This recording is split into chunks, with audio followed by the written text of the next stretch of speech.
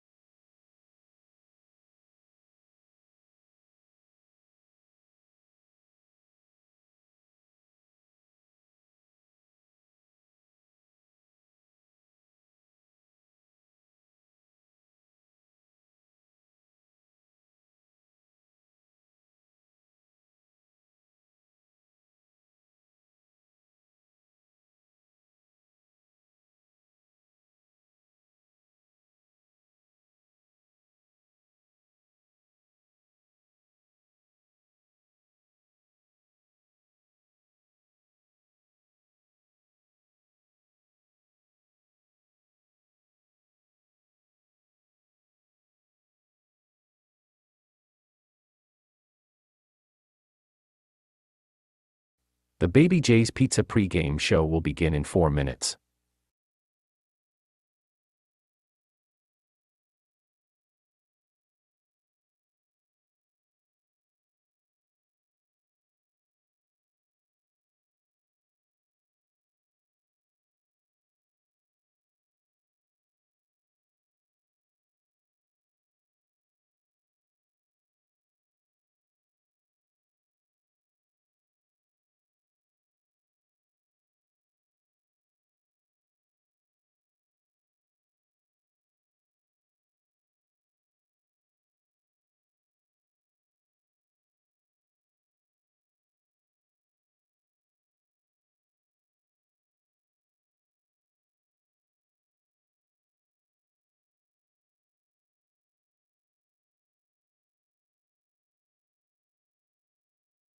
Tonight's broadcast will begin in 3 minutes.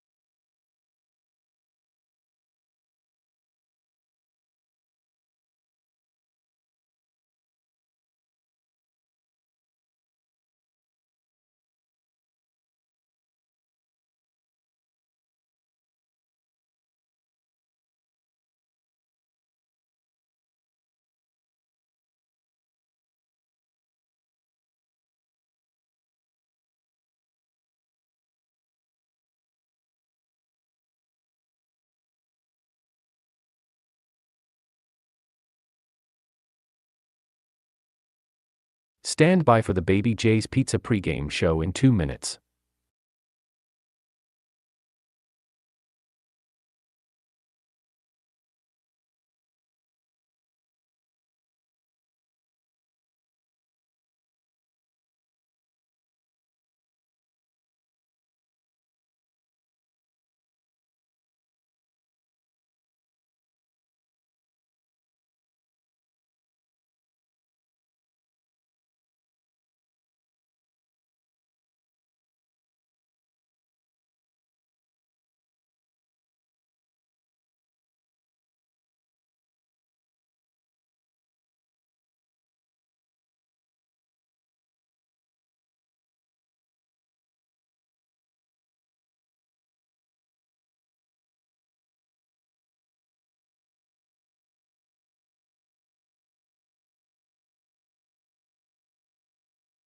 We will begin in 60 seconds.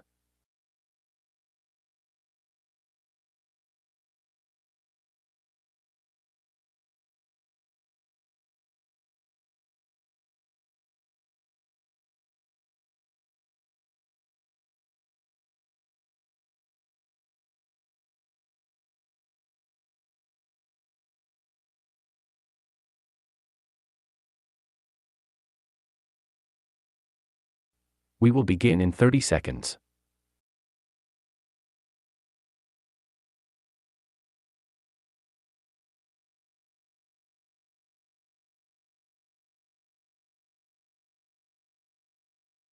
We will begin in 15 seconds.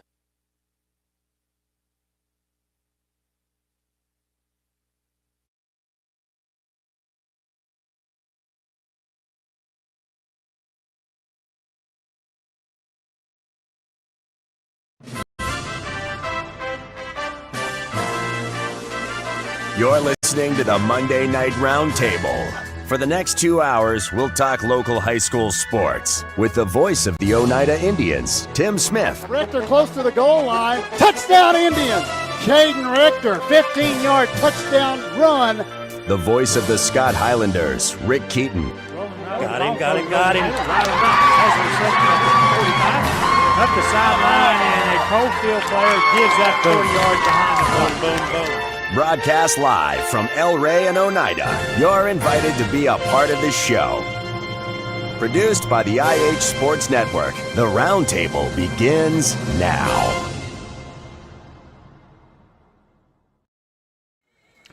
Good evening, everybody. Happy Labor Day, and welcome to the IH Sports Roundtable for the second week. We are live from El Rey tonight. I'm Ben Garrett.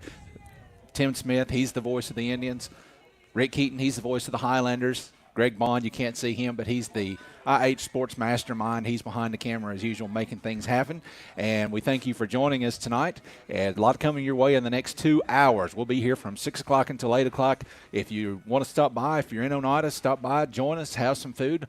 Some Mexican food tonight. We've got a lot of guests that are going to be here as we go through the evening. We've got a couple of Scott High soccer players who will be here. The big thing, our legends of the game, which we're not going to announce beforehand, but we've got two of them, one from Scott High and one from Oneida. They'll be joining us a little bit later on as well. Bo Kidd will be here from Oneida as well. But let's start, as always, by talking about the games on Friday night. Oneida got on the winning side of things in an important game. Region win for the Indians as they defeat Wartburg on Friday 30-6. Scott High falling to South Dole in their region opener, the final there 42-30. Tim, let's start with Oneida. And I know that you're going to ask Caden Richter, who will be joining us a little bit later, about this play. But as I go back to that Oneida game on Friday night, it was a 7-6 game late in the second quarter. And I think that the play, probably the play of the season so far, 3rd and 38. What do you do? Most people are going to play it safe and punt the ball, especially late in the game and late in the half like that. But Oneida doesn't do that. They dial up one deep on the post route to Colton Daugherty for a 62-yard touchdown, and that seemed to deflate the balloon for Wartburg, and it was a totally different game after that. Yeah, I think right before that play, I think somebody even said, might be a draw play. That was me, because that was what I was expecting, was a draw play, and instead we get the 60-plus yard touchdown pass. Oneida, it was just like the multiverse. This was a different Oneida that we saw in that first half on Friday night, because they had negative 17 rushing yards in the first half. So we had a pass-first offense to find success, and that's just an oddity in Oneida's terms. It's always been set up the pass with the run. But the injuries to the Oneida backfield have necessitated setting up the run with the pass. It's kind of how it worked on Friday night. Don't know if that was, but it's the plan that had to be executed to create some separation from the Wartburg Bulldogs. All 5 first downs in that first half came through the air.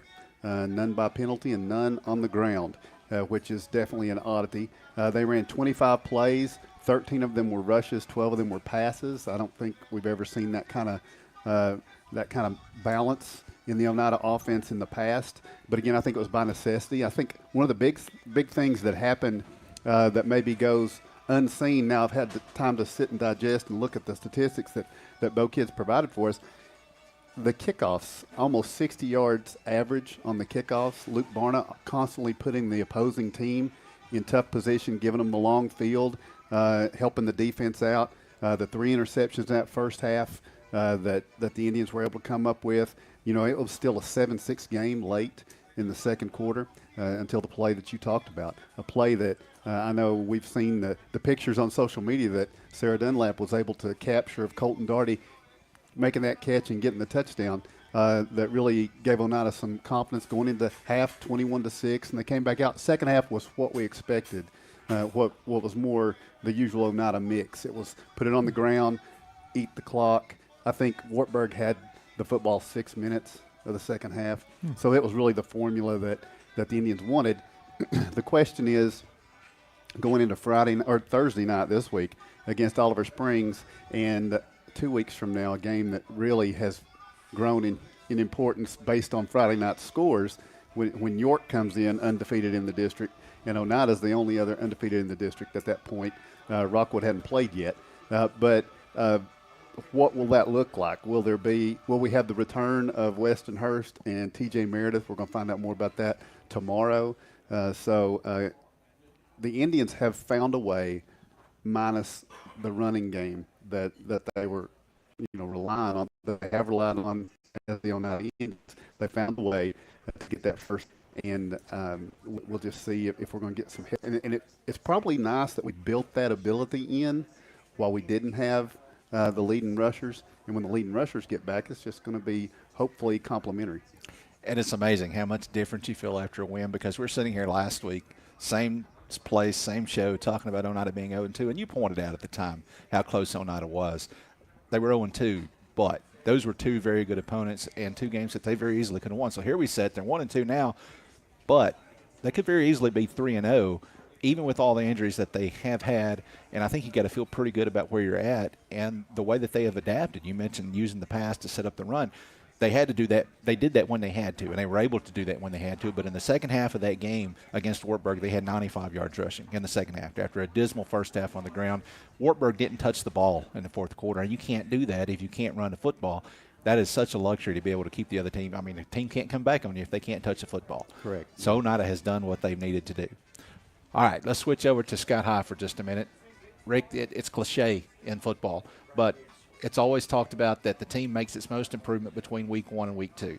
We're sitting here after week 1. Scott High against Coalfield started strong. Things got a little rough, and really they just got overwhelmed in the second quarter. Coalfield's passing game just completely overwhelmed Scott High in that second quarter. They lose 55-13. You come out of week 2 against South Dole, having to make that trip to South Knoxville against a very good South Dole program. I think that there was a little bit of a sense of dread, and a lot of people, I say a lot of people, I'm talking about myself.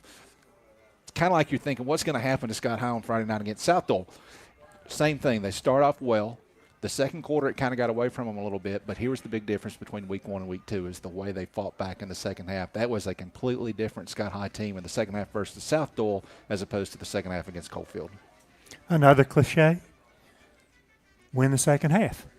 And the Highlanders came out with probably the mindset that they wanted, and they thought they could control the second half. They thought they were a better football team.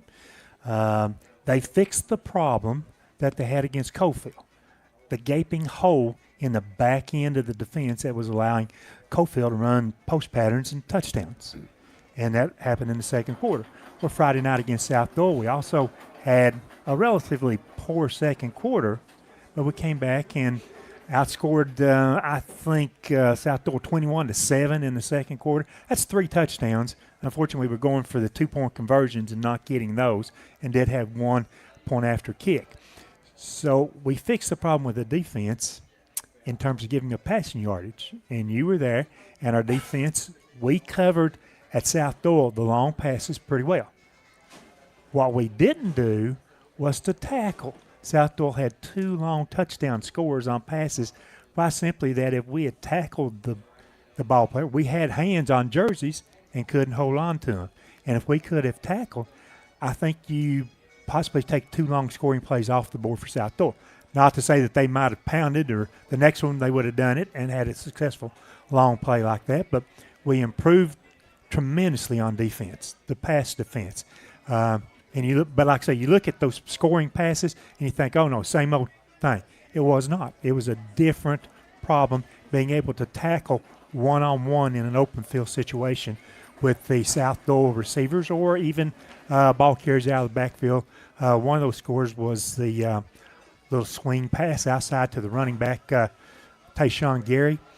He took it 75 yards. Just the speed after the catch, but we had a hand on him. He slung our defender in, behind the line of scrimmage.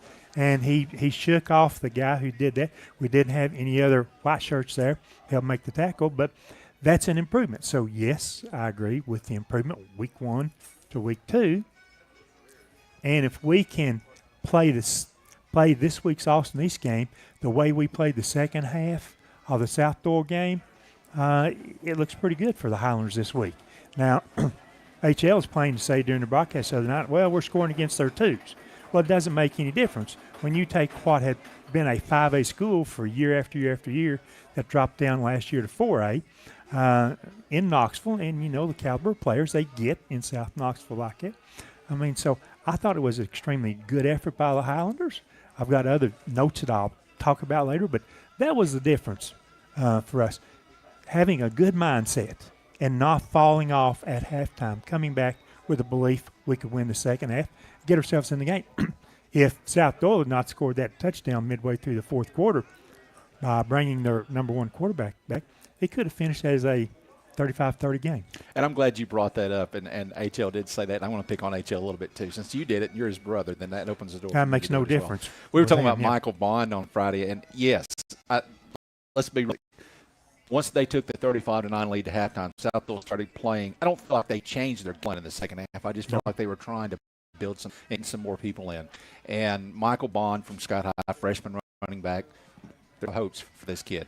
And he's got a bright future ahead of him. He comes on, he has 97 yards. It's according to Leetta Boyd. Woody actually had him over 100. Either way, he had a lot of yards in the second half. Yes, he was going against some of those second-string guys from South Doyle, but even if those guys are freshmen and sophomores, guess what? He's just a freshman too. So in 3 years, it's going to be him versus them, and he was running around and underneath and through them, and he had a really good game. Another thing, it was 35-9. Late in that, or at halftime, it was a 35-9. You mentioned the broken tackles, the 75-yard touchdown that Gary scores. It was on a third down play, and they had him in the backfield. You make that tackle, they're punting the football. Their first touchdown was a 54-yard pass that came on third down. You know, so you make the stop there, and they're punting the football. And their last touchdown of the first half, it was 21-9 when Gary goes 75 yards after breaking a tackle, and then they get a short field off an interception and put up another one. So it kind of got away in the last couple of minutes of the first half, which is not completely different from what happened against Coalfield. That could have been such a much closer game going into halftime than it was, which would have required Scott High to have fought back from a much lesser deficit in the second half. Yeah. You look the other night, South Doyle's first possession of the game, we stopped them on downs. Got possession of the ball, drove it down the field. I think we may have started at our 20-yard line on that anyway. We drove the ball down the field, ended up, couldn't score the touchdown, but we got the field goal. Had first and goal at the 5. Yes. I mean, so how much is that against a really quality opponent in South Doyle? The fact that we punted the ball 4 times in the first half, we punted the ball exactly this many times in the second half, 0 times. And also, probably, if I had the time to go through it here, we probably stopped South Doyle 3 times anyway on downs, forcing them to turn the ball over. If we could have scored on every one of those, imagine what it would have been different. But those are just some of the things that I see that I would think positive and an improvement week to week. All right, we're just getting started. A lot more to go through. When we come back, we're going to do soccer. We're going to talk to our players of the game from Friday night and more. Plus, we'll have trivia when we come back right after this. Forget the bucket. Stop buying those expensive car care products. For a supreme, visit Tnt Car Wash in Oneida. Tnt Car Wash features the latest in touch-free car wash technology. TNT's touchless automatic wash bays are tough on road grime, but gentle on your car's finish. These feature-packed automatics give you complete control of the wash, including a wheel brush option. Want to wash it yourself? TNT also has traditional wash bays. And don't forget the interior, both vacuum and shampoo stations available. For a dynamite clean, Tnt Car Wash, Oneida. Home-style cooking with friendly service and a relaxed atmosphere. That's Ray's Axe. Ray's Axe offers breakfast served daily, just like Grandma fixed it, and daily specials like country fried steak, turkey and dressing, and of course, a fish fry every Friday. Ray's Axe has a full menu, ranging from quick and easy favorites like hamburgers and club sandwiches to comfort foods like pinto beans. And you'll love something off the grill, like grade A cut sirloin, ribeye, or shrimp kebabs. That's Ray's Axe on U.S. Highway 27 in Helenwood. Ray's Axe. Country cooking and great steaks. I'm Michael Laxton, President and CEO of United Cumberland Bank. At UCB, we know that being involved in the community is really important, and the Chamber is just one of the ways that we do that. We do outreach through the schools. Specifically, we love local sports programs, helped out with several playgrounds across our markets. Any way we can help in the community and get involved, we try to be involved in all of our communities and markets. Our customers are our neighbors too. As a community bank, we want to be part of the community.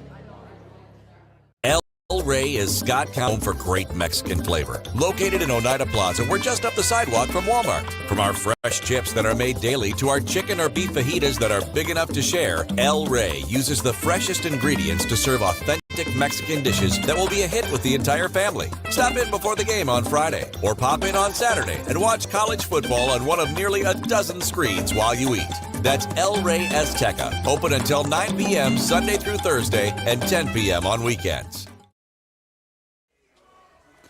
Welcome back to the IHSN Roundtable. We're live at El Rey alongside Tim Smith and Rick Keaton. I'm Ben Garrett, inviting you to stop in and join us if you're out and about, and join us live here at El Rey. But otherwise, either way, we're glad to have you with us tonight. Guys, let's continue to talk about Friday night, and let's talk about some scores that happened elsewhere. We talked about our games. Oneida beating Wartburg 30-6, Scott High falling to South Doyle 42-30. Tim, let's start in Class 2A. Some other scores in the region that maybe surprised or didn't surprise us. We'll start with one that maybe wasn't a surprise. It was, I got a couple of them. You want me to go with it? You're going to have to go with it. All right, let's do it. All right. Hampton defeated Avery County, North Carolina. We're going to 1. This is like over in Region 1, but just kind of a matchup. Hampton's 3-0. Hampton comes in now this week today.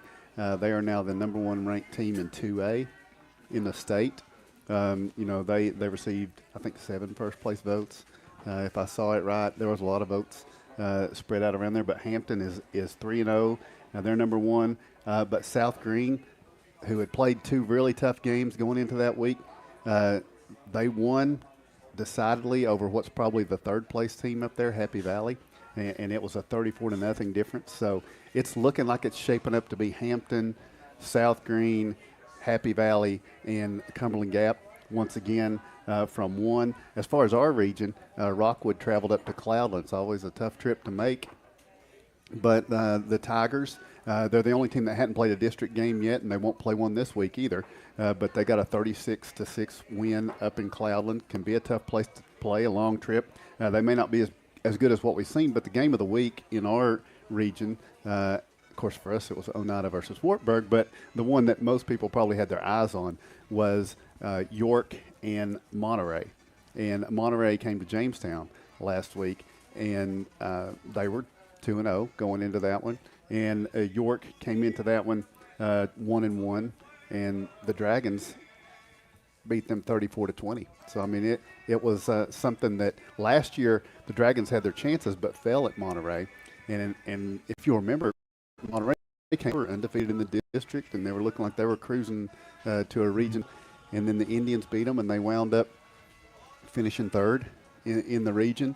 So they were looking, again, like maybe the favorite, and things didn't go well for them in Jamestown. So now what we have is not this week. All of us are out of region this week, but in 2 weeks, you're going to have Rockwood and Monterey playing, and Oneida and York. So that should be a really interesting set of matchups going there, because right now York and Oneida sit atop the region at 1-0. Rockwood hadn't played in the region. Monterey and Wartburg are in 0-1. That, to me, was a shocker. And I don't know how much of a shocker it really was, because there was actually several people on our picking panel who picked York to beat Monterey.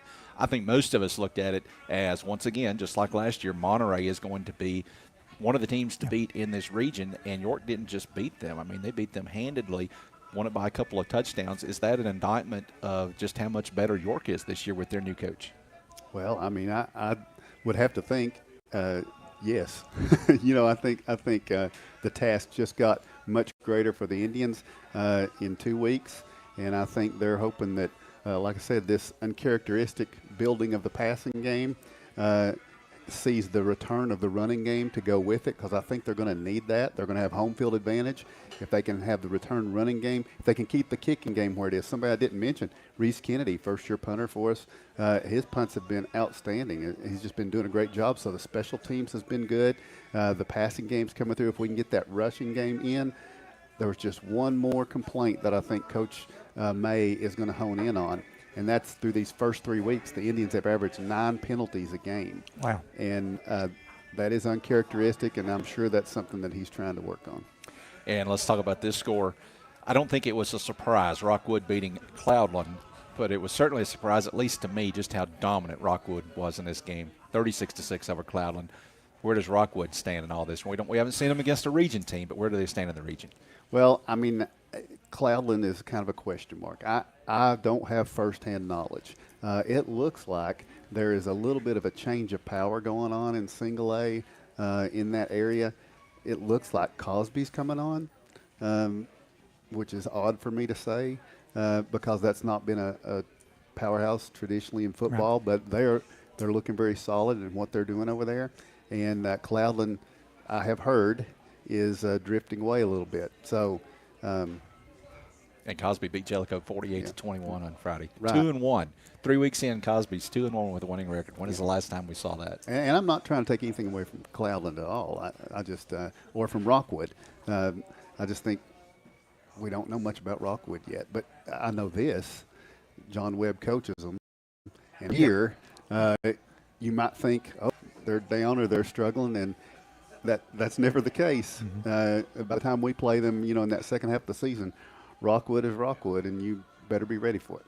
All right, Rick, let's talk about some of these 4A games, and we'll start with what was probably the biggest region game of the night, and that was Anderson County against Fulton. No surprise that Anderson County won. I think that they're probably one of the favorites for a state championship this year in 4A, but they handled Fulton 35-7 in that game. Another game involving 4A teams, it was Gibbs over Carter 42-26. That was actually a close game at halftime, and Gibbs just pulled away in the second half.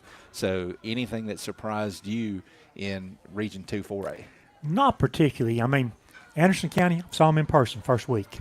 They're a beast. They're a real beast. And this year they are built, and I think they can take on Greenville and or Elizabethton. But Greenville really put the hammer, I think, 21-0 on Elizabethton Friday night. I mean, so it looks like it will be Anderson County and Greenville. That'd be an exciting game to go match up to. Doesn't Anderson County go to Elizabethton in a couple of weeks? Yeah. The other thing, it's how was the region going to stack out preseason? Who were you looking at? Well, a lot of people thought, well, Anderson County's it. Who's number 2? Is it South Doyle or Fulton? Fulton people thought they would be. South Doyle people thought they would be. So, I mean, I've seen Anderson County and I've seen South Doyle. That leaves Carter and Gibbs. How does that stretch out? Well, the score proves who's the better team now on that. And you're seeing that Gibbs may have a little bit of a resurgence coming on. They did decent last year, and if they can beat Carter by that kind of score, well, then that shows that Gibbs has got something there. And then what are we doing? Can we slip in there? Just look at the teams that I've named off right there. And, you've got Anderson County. They are primed. They want that state championship. Fulton's had the state championships before. South Doyle, for the previous 4 years, had played some decent football in 5A, but also they were in one of those regions that was just tough.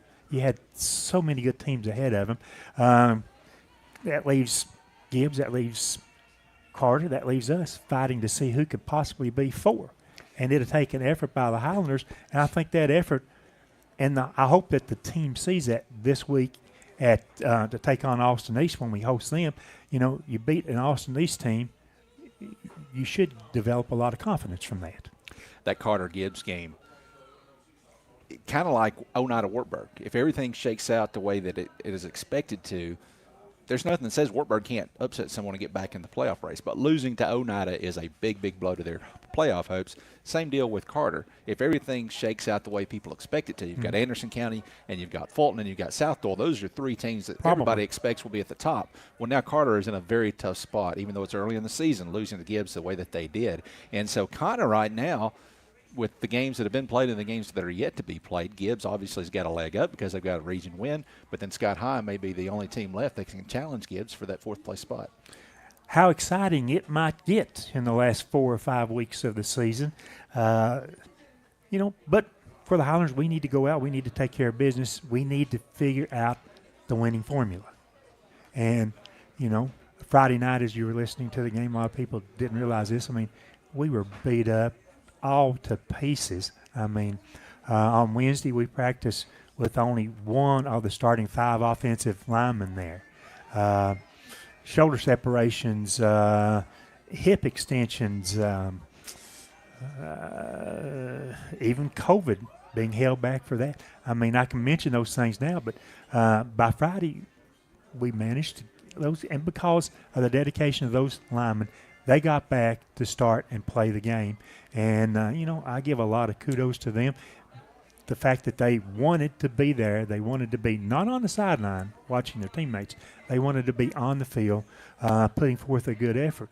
And that speaks well of the Highlanders because we don't know where our running back depth is going to go. We started the season basically thinking, one running back recovered from an ACL last year, and, and we thought maybe we could go with that. Well, game 1, no.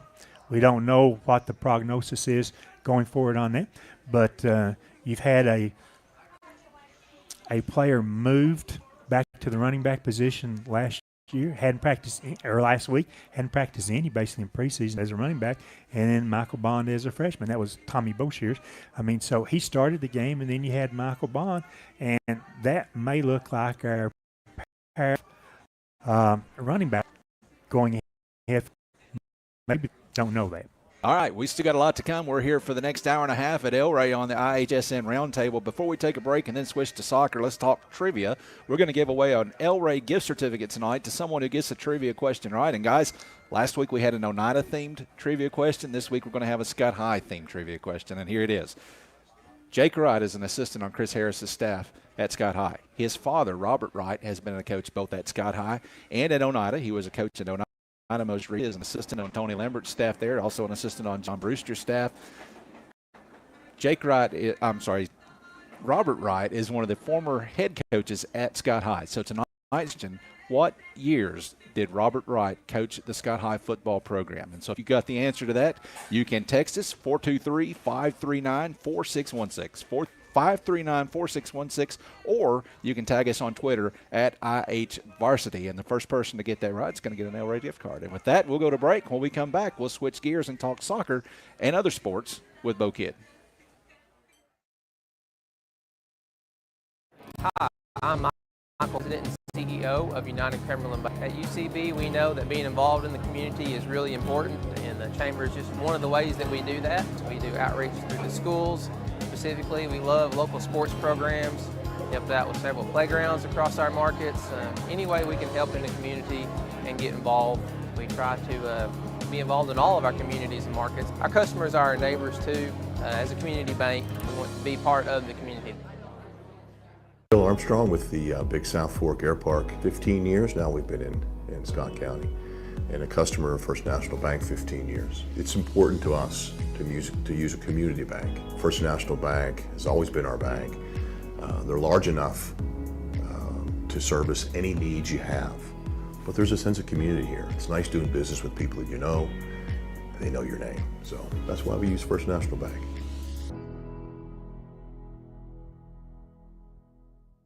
Located at 205 East 3rd Avenue in Oneida, Mark's Family Pharmacy is open 6 days a week with a drive-through window for your convenience. But we're more than just a pharmacy. Check us out for gift ideas like plush animals, Candleberry Company candles and fragrances, designer earrings, caps, toys, and more. There's something for everyone at Mark's Family Pharmacy. Open 8 a.m. to 6 p.m. Monday through Friday and 8 a.m. to noon on Saturday. At Big South Fork Medical Center, our dedicated team of medical professionals are available 24/7 should you or your family need high-quality care. We have an emergency room, inpatient unit, and a range of outpatient services. Big South Fork Medical Center. your local hospital where we're small enough to care, but large enough to heal. For more information on what we have to offer, you can visit our website, www.bsfmedical.com.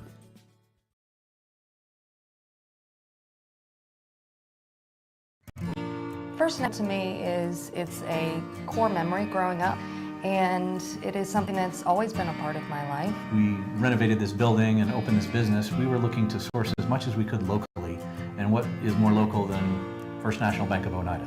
First National Bank is very involved with a lot of the local community events and supporting of businesses. We've seen them involved with the fair and the sports locally and other things that I think is just indicative of the local community being supported by the local bank.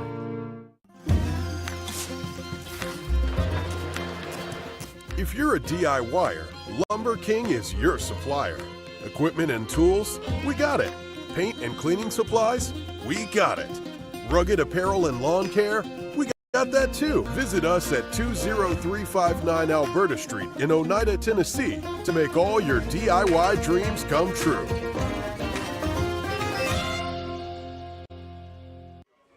Welcome back to the IH Sports Network Roundtable. We're live at El Rey in Oneida alongside Tim Smith and Rick Keaton. I'm Ben Garrett, and joining us now also Bo Kidd, Sports Information Director for the Oneida Special School District. Is that your official title? Go for it. It's your official title here. And Tim, I'm just going to turn it over to you and let you roll with it. All right. Well, when we met, of course, Bo keeps us, these statistics I give so confidently as if I have researched very hard. It's just, hey, Bo, can you send me this? That's what happens. So he's done a great job of keeping us up to date on our stats in the press box and everything. And so we've shared a lot of the football information. But what we want to do, Bo, is just get a look at some of the other sports that are going on this fall, because we don't broadcast or yet. I think there's plans for maybe not a ladies soccer broadcast, but cross country and golf. Those are tough ones. Yeah, Rick may be able to call a golf game. I don't know. I fall asleep when I watch those on TV. So. Well, I know a little bit about golf. I once used to play, and I know one thing about soccer. I know offsides. See, so that's about where we would be. So, Bo, we're relying on you heavily. if you can update us on what else is going on for the fall. Well, cross country actually just held their first full meet earlier this week on Thursday. Both Scott High and Oneida both competed in that. Oneida had a pretty good show in Scott High as well. Both, I believe Scott High actually ended up getting the overall win in one of those. I believe it was the girls team may have actually got the overall win over McCreary County this week in that one. But overall, good showing. I think both teams actually going to McCreary County this week for a meet as well. So that comes on Thursday this week. For the girls soccer team, we'll go with golf, I guess, right now for Oneida. Oneida's golf team, boys team doing a fantastic job right now. Actually just lost their first match of the season on Thursday against York. The guys are 6-1 overall on the year. Girls got their first win last week in play. They are currently 1-6, but they are improving every single week. Girls team only has two players on it, but they are continuing to improve every single week. So it's a good thing for Coach O'Neill to have those kids out there going. I was going to ask you, who are the coaches for all three of those sports? Well, for golf, it is Richard Graves for Oneida, and for cross country, it is Lisa O'Neill Boyd. Okay. So, once again, they do a fantastic job out there with those student athletes. Girls soccer for Oneida coming off of a big 9-0 win on Thursday over Campbell County. 3 seniors, 3 hat tricks on Thursday night. Aaliyah Douglas, Alexis Kennedy, 3 goals in that contest. I believe the game ended with just under 20 minutes left to go on the. Now Aaliyah Douglas in that reaching point right now for career goals. She's at 60 now for her career. Of course, the career leader, Macy Dunlap, she had 63. So very, very reachable within the next 2 games that she could break that record. How many games are left in the season? About? I'd say probably they're 3-2-1 right now in the season, so somewhere roughly around 10 games left. Yeah, to go. she's going to break the record. She's going to break it. If she's healthy. If she stays healthy, I don't think there's a question. Yeah. So once again, they're right there. So of course, Actually, tomorrow night, 6:30, Lady Indians will host Harriman at Jane Terry Hoffman Field. So come out and support those ladies. They'll they definitely come out with a little bit of a chip on their shoulders, and they're going to try to do everything they can to shut the Harriman team out. Okay. What about the seasons for cross country and golf? Do they extend as long as the soccer? Golf will finish out their season, the regular season, usually by the end of September. They'll start district tournament play sometime around the 1st of October. Cross country generally around the same time. Cross country will have probably, I think they have 7 more meets. I think they have 7 more meets left to go on the year. For golf, I believe they have 6 matches left to go before they start district play. Okay. So, but they, once again, you have that they're not going to compete in the fall, and then they're going to turn around and you see that in how many multi-sport athletes that you have at both of these schools, at Oneida and Scott High, and it's a phenomenal thing to see because they work so hard, not only just in the classroom to stay academically eligible to play, but they put hours after school, the weekends, before school, prepping for these competitions. So effort by all the kids. Indeed it is. All right, folks. Thank you for joining us. Thank you. Anything else on your mind? No, not right yet. I'm going to hopefully prepare a little bit more next week and have a few little snippets for you all. And of course, next week we talk about a new career league, and maybe by the end of it, and just to reiterate what kids with never touched that ball in the fourth quarter. I went back and took a look at that. 17 plays in the fourth quarter that Oneida ran, and Wartburg never touched that ball in the fourth quarter. That's the first time I've seen that in a long, long time. Yeah. Especially when you're talking about Oneida having -17 yards rushing at halftime. It's unbelievable. And that drive actually extended over to the third quarter because they had the last play of the third quarter as well. So that's, it took about 18 plays, taking over 12 minutes off the clock. Pretty phenomenal. Mention the coaches for the Oneida cross country. I could do that for Scott High.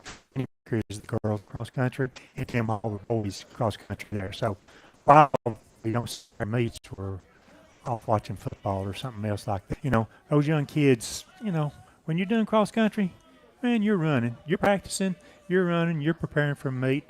It's not as tough as physical as football, but in terms of being able to go, you've got to be able to do that. But not a lot of kids like to run for fun. I mean, let's be honest. These kids like to go out and compete like this, and the mileage that they put in a week is absolutely insane. Yeah. You're talking about putting in 30, 40, 50 miles a week of running. You're not going to find many other athletes that are going to put in 40 miles probably in a season, in a week. So kudos to those kids that get out there and prepare like they do. It's an outstanding feat. Indeed. Yeah. And we should mention Scott High does not have a golf team. They co-op with Oneida, just as Oneida co-ops with Scott High in track in the spring. So, all right, before we go to break again, we've got an answer for our trivia question. We've got a winner. Tim, it pains me to say who won. No, you don't even know. You don't even know. You're going to be in big trouble here in a few weeks. We had we had that were close. Henry was very close. Stan Pennington was very close. I told you Stan had it right. I was wrong. I'm glad I looked that up before I actually said that. Stan didn't get it right either. We had all kinds of people dancing around the answer, but the winner of our Christian is, of all people, Terry. And the answer is Robert Wright was the head coach at Scott High from 1989 to 1992. Harris Keeley had it right as well, but he's ineligible. 1989 to 1992. Jack Diggs was last at Scott High in 1988. Robert Wright was named the head coach in 1989. He coached through the 92 season, and then Gary Sexton was the head coach in 1993. And, of course, Rick, as you well know, there's a whole story behind how Gary Sexton wound up at Scott High. And one of these days on this show, we'll get to that and tell that story. There is. All right, we'll take a break. When we come back, we're going to talk to a couple of Scott Lady Highlanders as we continue to focus on soccer on the IHSN Roundtable.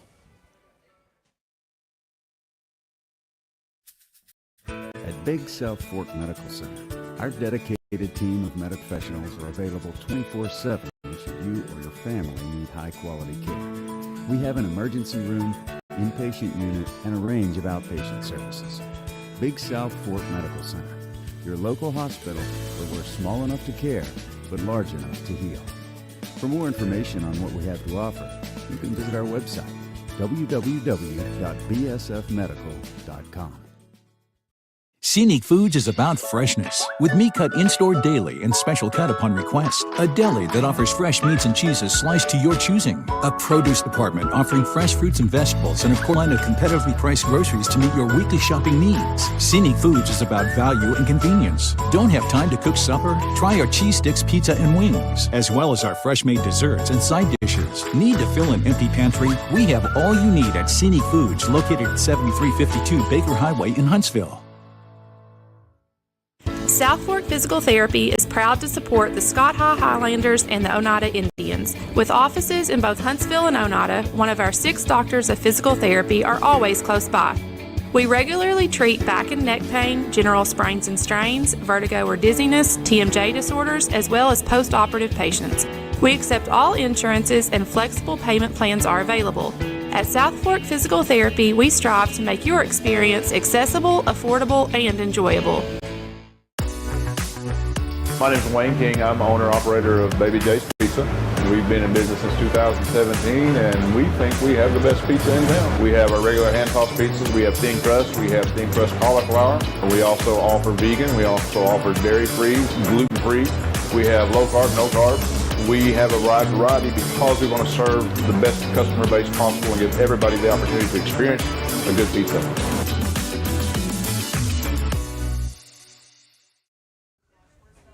Welcome back to the IH Sports Network Roundtable, live from El Rey. We're joined now by a couple of Lady Highlanders senior soccer players, Olivia Rector, Caitlin Butts. Last week we had Alexia Jones on from Oneida, and Scott High was represented by Eric Henry. And I look so much more forward to talking to you guys as opposed to your head coach. No, you guys, week before last, you lost to Cumberland Gap. 6-1 was the final in that one. It kind of got away at the end of the first half. And your coach was happy with the effort in that game. He brought you guys in on Friday before the game. He made you guys run bleachers. To his credit, he ran the bleachers too. You guys came out on Tuesday against CAK, which is a traditional powerhouse. For years they've been in Oneida and Scott High's way in the district before the public-private split. But they're a powerhouse in Knoxville. You guys didn't win the game, but you played much, much better. Gave up a couple of goals 10 minutes in. After that, you held your own, actually outplayed them. It wound up being a 3-1 final. Talk about the game and the mentality. What changed going into that game for you guys to play CAK close? Well, I don't know about anybody else. Running always works for me. Bleachers always helps. Because you don't want to do it twice. Nope. I'm not a runner at all. But I think it helps a lot when you have players who can play everywhere on the field. Like Chloe Tucker played from the main back to forward. The only position she didn't play that whole game was keeper. And so when you have players that can switch, Caitlin made a mistake on defense, got taken out, and then got put in center mid. First time she'd ever played center mid, and killed it the whole game and helped switch the field a lot. So that helped a lot. Traditionally, you're an offensive player, you're a defensive player. Talk about those roles and then what happens when you got to switch up your roles, because both of you guys have been put in different roles this season as Coach Henry does a lot of switching around and just trying to find the right lineup. Yeah. Mostly this year I'm a little different. I'm used to playing the kind of center mid position, but I've been on the wing. And it's mostly just getting back and helping out your defense. Like, there was a mistake at Cumberland Gap where, yeah, the defense stabbed, but me as an offensive player, I should have stopped progression like way up at the opposite 18. And so you kind of have to help out your defense, but also play the balls and get some balls in the net. And I don't know about the defense. I'm not. Talk about your role on the defensive side of the field. Being on defense, it's hard, especially with the center defense. It's hard knowing when you need to push forward to someone or wait back to see what their move is going to be. And just knowing when to do that or, when not to is a really very important thing that you have to know when playing defense. And, Rick, I'm going to tell you, jump in at any point when you've got a question for these girls as well. Yeah, I'll be glad to. Okay. When you guys at CAK last week and you gotten so close so many times to scoring, and the score finally came in the second half off a corner kick by you, and Alyssa Crabtree was there to finish it up on a header and get one in the net. But you got the strong leg. You're the one who's always taking the corner kicks and the free kicks and running those set plays to give your teams opportunity to score. Talk about your role in that regard. Well, usually it's my responsibility to get the ball in and get it played in the right spot and be sure I'm running the right play that Coach Henry calls. And it's a lot of pressure, but then it's also the other player's responsibility to get that ball in the net once it gets in there. And usually, like when Rachel takes some goal kicks, I like to help give her a break sometimes because it is hard. But you guys have been playing soccer for a long time. Now you're seniors, 2 of 5, I think, seniors on this team. And you're almost midway, actually you are midway through the season now, so it's going to be winding down really, really quickly. Did you think that it would happen this quickly? And what is your mindset now as you go into each game, kind of taking one game at a time and savoring the moment? yeah, no, I didn't expect it to go this quickly at all. Like me and Mom were talking before this, and my first AYSO team, Chicks with Kicks, Mandy Tucker was the coach, and I was playing with both the Tucker twins and Duncan and Leah Douglas, like all of that all grown up together, and now we're here. And with our team, I think this year it's really just trying to get everybody bought in. Like, it's hard for us to explain because the last people that got to play in a district championship game was the juniors this year. And so the sophomores and freshmen, they don't understand the atmosphere of a district championship game and how important it is to win and, like, what it feels like to, not that we didn't win last year, but, like, we had much better years before. We're trying to get them bought in to realize how important it is and, like, what it feels like to be a winning team and be at the top of the district. And I told Rick to jump in when he has a question. I'm going to tell you the same thing. Jump in when you've got something to say. Okay. I know the daughter of Jack Butts and the brother of Stephen Butts has more to say than this. I've been waiting on that. I really have. So go ahead. Well, one of the things that Coach Henry told us last week, that he was still trying to get the right people in the right place on the field. And I know that he said he likes to be able, we need to stop the ball at midfield. We don't need to let the opposing team get the ball past our defense down to our keepers there like that. And, Kaylin, you've always, I think, played on that defensive side. How important is that to get the help from the middle and even the forwards out there? If they can help you get back, defend the ball, stop it at midfield and change direction. It's very important for them to be able to help us because whenever they get the stop at midfield, it helps the back be able to reshape and get back into our position as quickly as possible. That way, if there is a mistake made in the midfield and it does get back, we're there to help, and we're not messed up. So you touched on what you're trying to understand, what the goals are. You guys are getting set. You've had some preliminaries. You've got this week off. You're supposed to play Carter tomorrow. It's been a really unusual season. You only had a few games scheduled to start with. Carter was supposed to be in a game tomorrow night. That's gotten canceled. So you don't play at all this week, but you're getting ready to get into the heart of the schedule where you're going to be playing all of your district games. You've got games coming up against Anderson County next week, and then you've got Clinton, and you've got Kingston. So you're going to play all 3 of your region opponents here in the next 10 to 12 days or so. You guys both played, and not only played on, you weren't just on the roster, you were contributors on teams that played for district championship, freshman and sophomore years. You guys know what it takes. Some of these younger kids have never played for a district championship. They don't understand what it takes. As you go through this, it's kind of become an expectation. Since 2017, when the realignment occurred, the private schools got moved out of the way. Scott High expects to play just going to the sport. Now, as we go through these next 2 weeks, this kind of makes the road as far as competing for that district championship. How do you get your teammates to buy in and beat teams like Anderson County and Kingston? That's the hard thing that we've all been trying to do as seniors is get them be excited about it, be ready to win. And I think mostly just trying to take them back and, like, switch the whole season around. Like last year, I guess, was our rebuilding year is what everybody called it. But, like, get back to the winning side of it. Like 2017, hopefully get a district championship and just help them realize how important it is these games are. I think as the freshman and sophomore, they don't realize how important it is, especially for seniors, being able to make it to those games. But I think one thing that we have to do is make sure that everybody has the exact same mindset, everybody's on the same page, and nobody's further behind than somebody else is. Let's talk about this, Ben. We think of a soccer player, trotting up and down the field, back and forth, and stuff like that. Let's talk about how physical the play is actually on the field. Yeah. Going from middle school to high school was definitely a big shock for me. I remember, just getting on that field and getting completely and being like, oh, so this is how it is now. Like, you got to be ready. Mm-hmm. And that was kind of my freshman and sophomore year.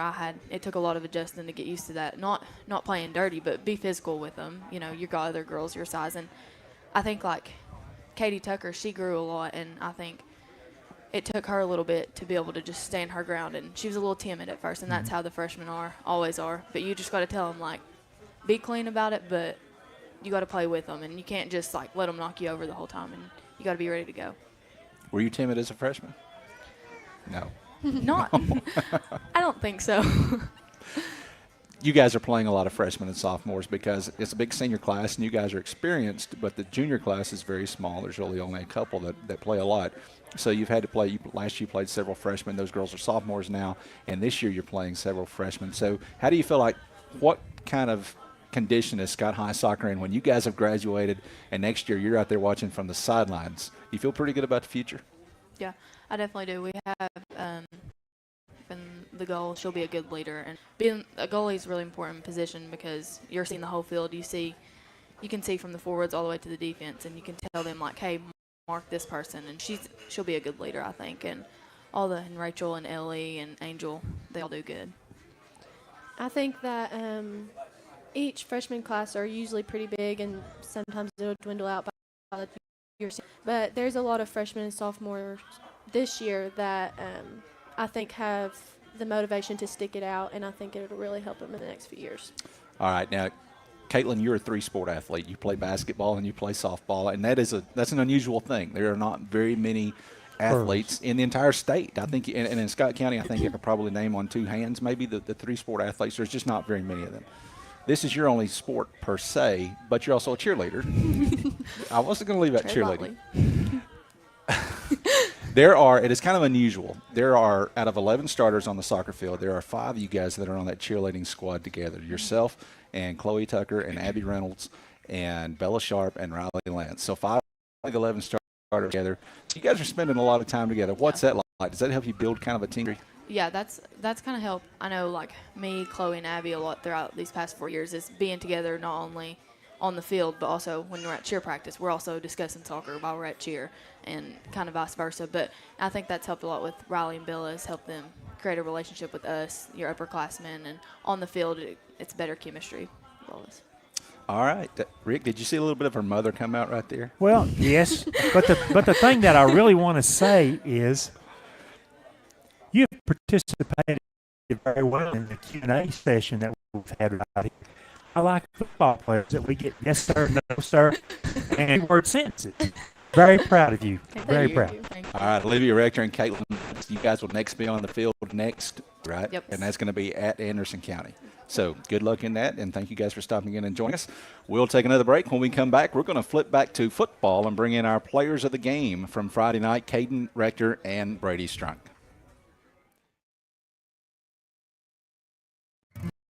First National to me it's a core growing up, and it is something that's always been a part of my life. We renovated in this business. We were looking to source as much as we could locally. And what is more local than First National Bank of Oneida? First National Bank is very involved with a lot of the local community events. We've seen them involved with the fair and the sports locally and other things that I think is indicative of the local community being supported by the local bank. El Rey is Scott's home for great Mexican flavor. Located in Oneida Plaza, we're just up the sidewalk from Walmart. From our fresh chips that are made daily to our chicken or beef fajitas that are big enough to share, El uses the freshest ingredients to serve authentic Mexican dishes that will be a hit with the entire family. Stop in before the game on Friday, or pop in on and watch college football on one of nearly a screens while you eat.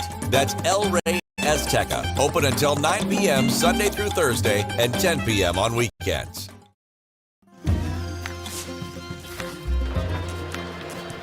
If you're a DIYer, Lumber King is your supplier. Equipment and tools, paint, cleaning supplies, we got it. Rugged apparel and lawn care, we got that too.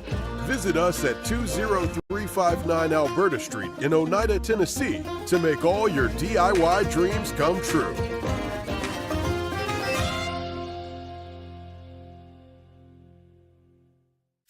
At Big South Fork Medical Center, our dedicated team of medical professionals are available 24/7 should your family need high-quality care.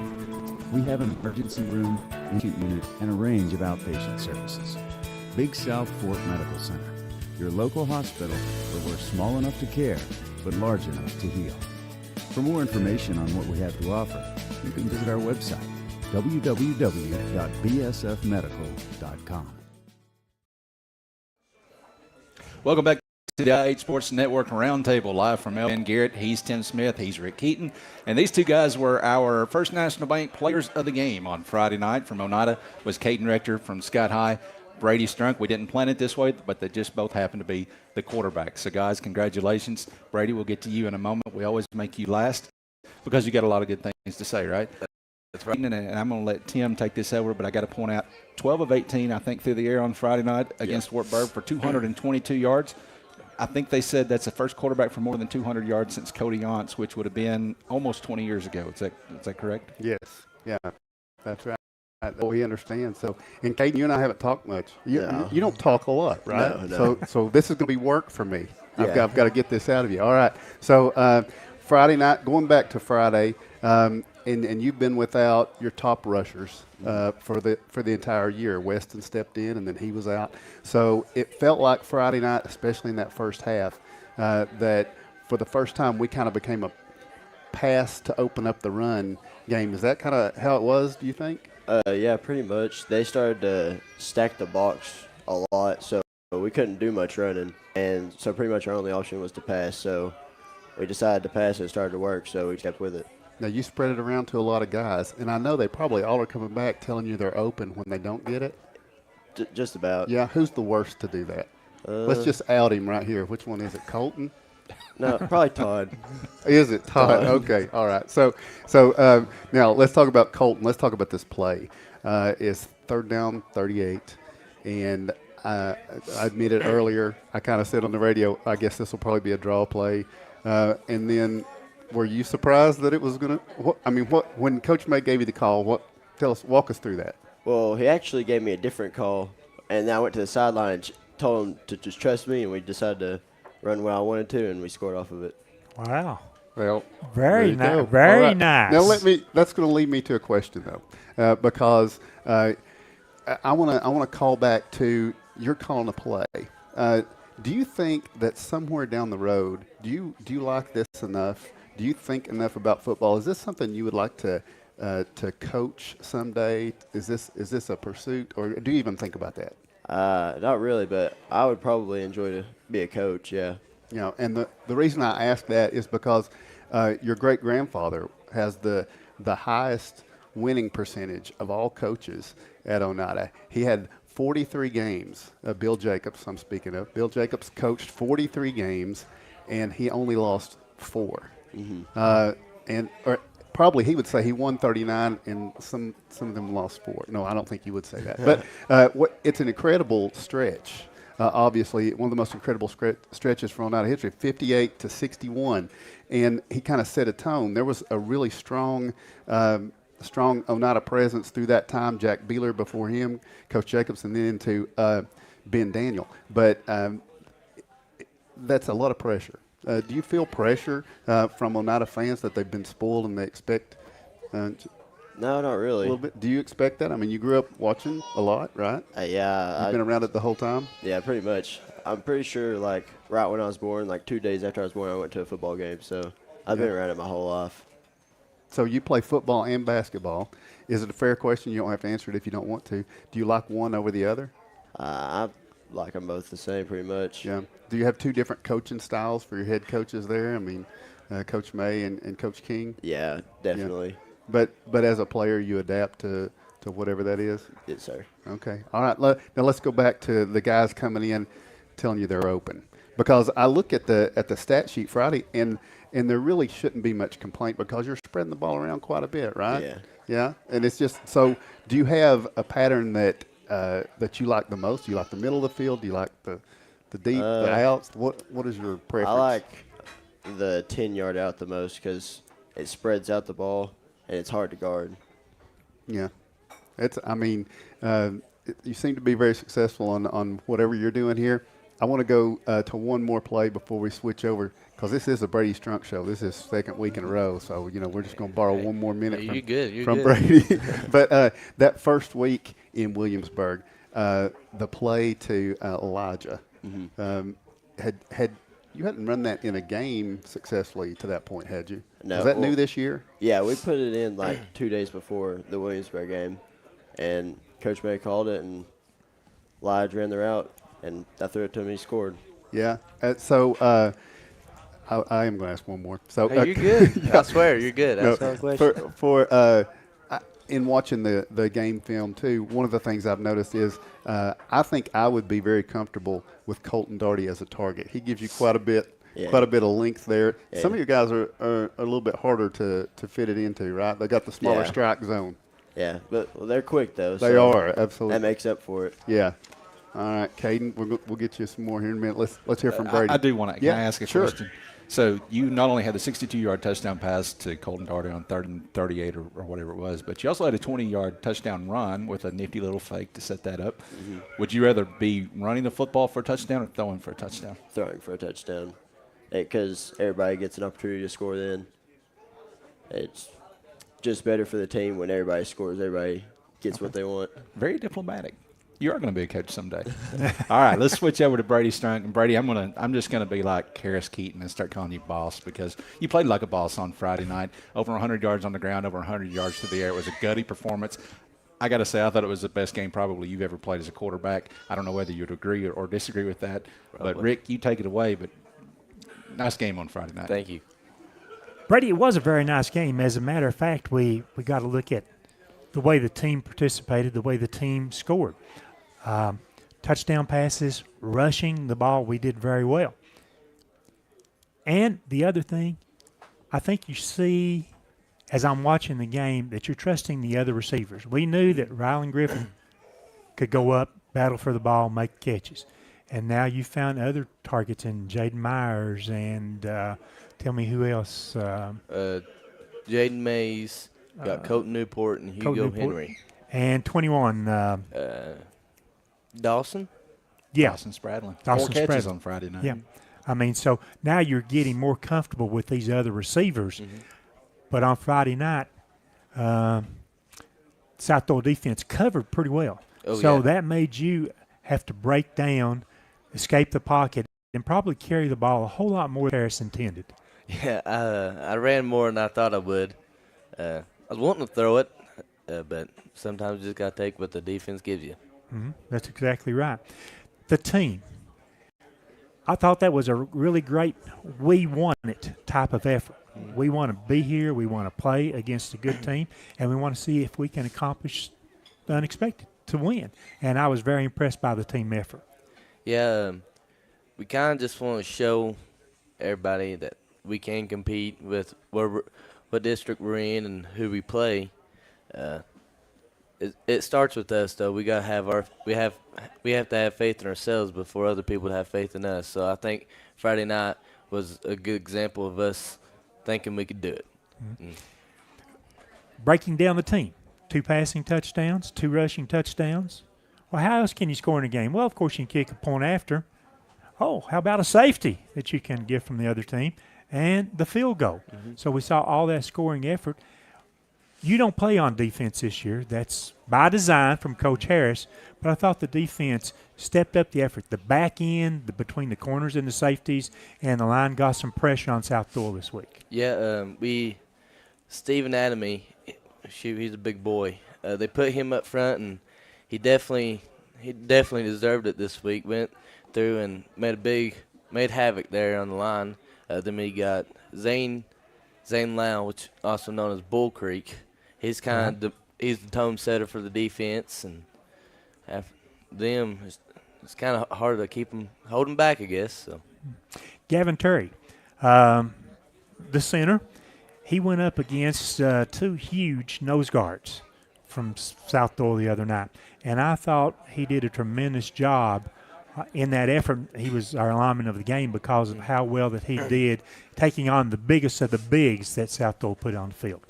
Yeah, may not look at from where everybody else is sitting, but those boys are pretty big. The ones he was against, about 6'3". Down there is pretty intimidating, but it didn't seem much came from the middle. Mostly everything that got back to me was from the outside. Right. So I think he done a tremendous job. I want to talk about that 47-yard touchdown run. Was that originally a pass, protection broke down, receivers covered, and you had to decide to take off with the ball, or was that the call run play? No, it was supposed to be a pass, and I guess it got a little gutsy and just went for it. Well, Gutsy, you did that several times at South Doyle the other night, trying to fight for that extra yard or sometimes 5 or 10 yards there like that. But that 47-yard run was a thing where you broke some tackles 3 or 4 yards past the line of scrimmage and reversed field and went and then had to actually outrun people. Yeah, I ain't going to lie. About 20 yards down the field, I started getting a cramp. So if you can see, I do look very slow, but it was just a cramp. We're good. I wasn't going to talk about speed in terms of slow, but, I mean, once upon a time you could clock it quite well, I remember. So. But for my ACL days, I could. Mm-hmm. Yeah. As a senior, and your other seniors that you've got out there on the field, especially in that, 4 of them on the offensive line are seniors, and the rest of the seniors out there, how's our leadership to this point? It's better than what's been throughout the years. Very vocal. Vocal and also shown. Used to kind of not everybody say something. You get a few people say anything, but now it's more you're expected to do it, go do it. And if you don't do it, they're going to let you know about it. As I watch practice, I think that's Coach Harris letting seniors and or other players be a little bit more vocal to if you make a mistake, coach may slide on that, but if a lineman makes a mistake or if a receiver makes a mistake or a linebacker makes a mistake, the coaches go to them, get them, and they respond very well to that type of enforcement. And Coach Harris, he lets his players, I think, have more fun than any football coach I've ever seen. Yeah, it's I ain't gonna lie, when you're kind of out there on the field, it kind of feels like recess. I mean, just go have fun. But we're there. We want to win, but it's high school ball. It's not a job. We're supposed to have fun doing it. It is a game, as you've said. What do you look forward to this week? Back at home, taking on Austin East, a team that, for whatever reason, we've had them on our schedule and only been able to play them. Last time we played them on the field was 3 years ago. We can never get a game against Austin East on the field. Kind of just ready to get back to the farm, have more fans out there, and hopefully beat Austin East and get everybody's confidence up. Wins will do that, Brady. Congratulations once again on being our Highlander Player of the Week. Thank you.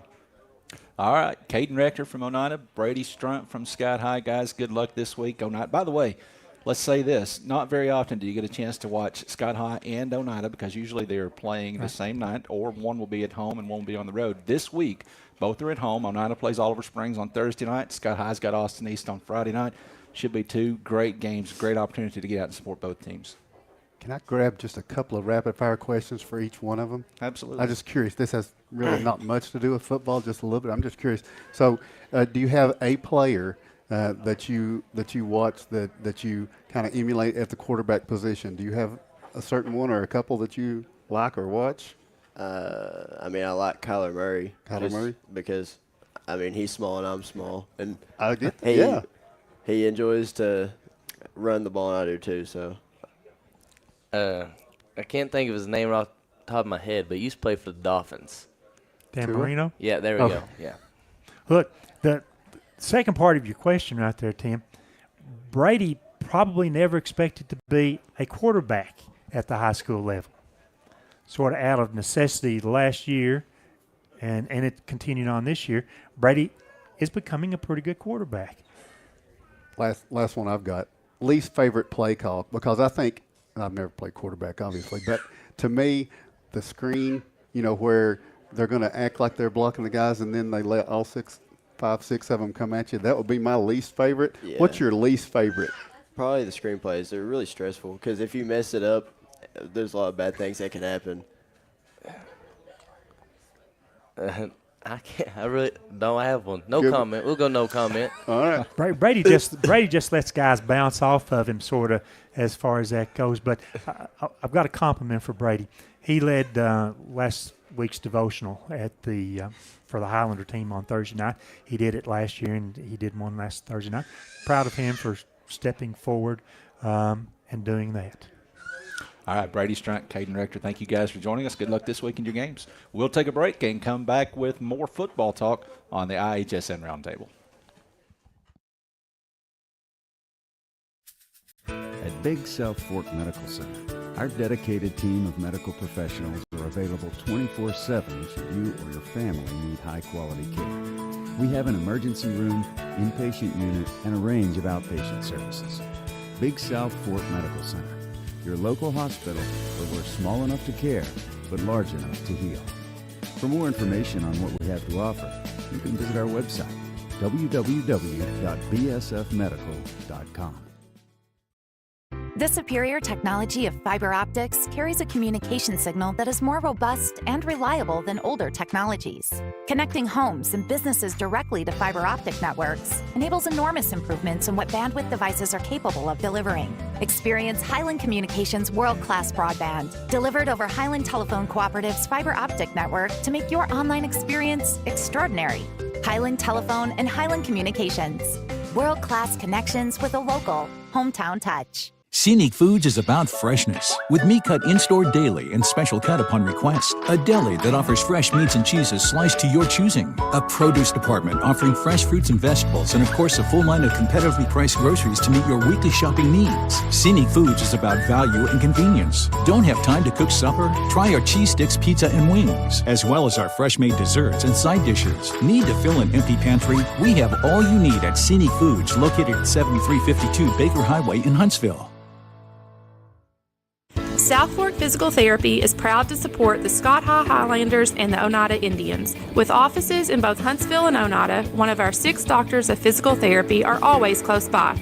We regularly treat back and neck pain, general sprains and strains, vertigo or dizziness, TMJ disorders, as well as post-operative patients. We accept all insurances and flexible payment plans are available. At South Fork Physical Therapy, we strive to make your experience accessible, affordable, and enjoyable. Welcome back to the IHSN Sports Roundtable from El Rey and Oneida. Ben Garrett alongside Tim Smith and Rick Keaton. And, guys, let's talk real quick about the games that are coming up this week, and then we're going to get to the most anticipated part of this show, which is our Legends of the Game presented by Black Cat. Non-district games this, so sometimes that's kind of a step back in terms of excitement and anticipation or whatever. I think these are going to be 2 really good games this week. Scott High will be hosting Austin East on Friday, but first Oneida hosting Oliver Springs on Thursday. Both of these have potential to be really good football games.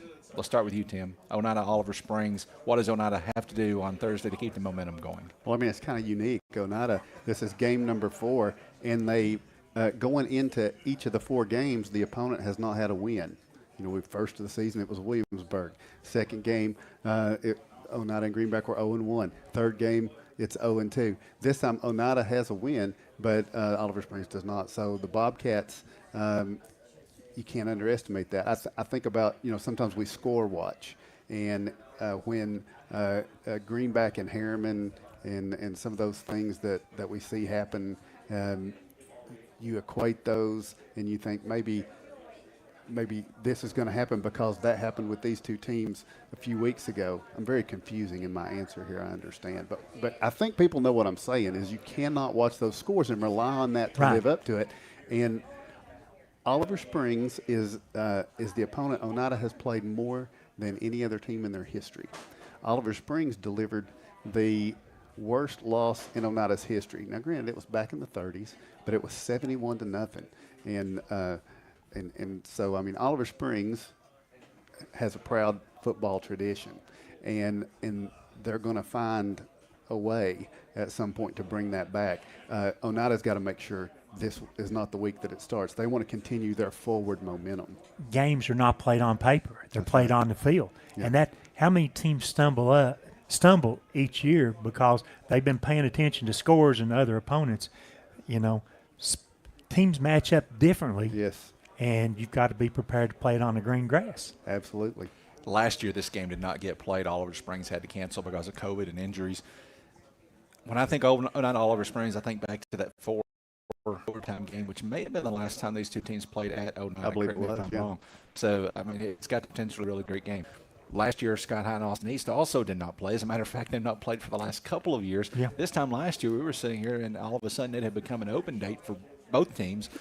This year, at least so far, fingers crossed, this is just Monday, Right. so things can change. But it looks like Scott High and Austin East are finally going to get a play. And you know what? Scott High has gotten credit for the wins in those games the last 2 years because of COVID rules. Just Austin because of East was forced to forfeit the game. Nobody likes those 1-0 scores. This year it's an opportunity to do it on the field. And for Scott High, it has been a while since they've won a game on the field. And this is a great opportunity to do that. Well, for the previous 2 years, we thought, give us a chance, play them on the field. We think we can defeat them. You know, for the reason it couldn't happen. At the time, we understood the reason. This year, if all goes well, we anticipate that. And Coach tried as much as he could last year to reschedule that, to try to play Austin East later in the season. It just wasn't going to work out. We anticipate a tough game. It's not like, oh, they'll come up here and we've been playing better and we can pick up a win. No. Austin East has some intangibles that it's hard to gauge. Maybe you don't see it against other teams that they have played so far, but certainly the intangible is there's athletes and speed and quickness on an Austin East team. It's there. It's there every year. It's what you can do to prevent that. It's how you can defend that and at the same time not make mistakes and make errors. No turnovers, and I think we have a fair chance to play even with them and hopefully win the game. All right, Thursday night, Oneida Oliver Springs, 7:30 is the kickoff. 6:30 is the Baby J's Pizza pregame show. Friday night, 7:30 is the kickoff. 6:50, am I correct, is the Baby J's Pizza pregame show? As best as I know, when you know, it's Tim doesn't have to worry about this a lot. You know, every team in Knox County start time 7 o'clock when you're going there. Sevier County's the same way. We play at 7:30, and Anderson County plays 7:30, and I think the teams you play 7:30. So it's hard going back and forth on us. Game. Yeah. It's a guessing game until But Eric Henry tells us what the contract says. But it will be 6:50 is our anticipated Baby J's pregame. All right, Thursday night, football. Friday night, football. We got 2 nights of it this week. We certainly invite you to join us for that. But we're not finished here, and when we come back from this break, we're going to slide in our first Black Cat Legend of the Game right after this. South Fork Physical Therapy is proud to support the Scott High Highlanders and the Oneida Indians. With offices in both Huntsville and Oneida, one of our 6 doctors of physical therapy are always close by. We regularly treat back and neck pain, general sprains and strains, vertigo or dizziness, TMJ disorders, as well as post-operative patients. We accept all insurances and flexible payment plans are available. At South Fork Physical Therapy, we strive to make your experience accessible, affordable, and enjoyable. If you vape, you could be inhaling toxic metals into your lungs. To show how scary that is, we made Metal Monsters. With special effects that show metal particles being inhaled. And music that would have made your heart race. But nothing is as scary as the facts. Vaping can deliver toxic metals like nickel and lead into your lungs. That's metal in your lungs. Tail sleep.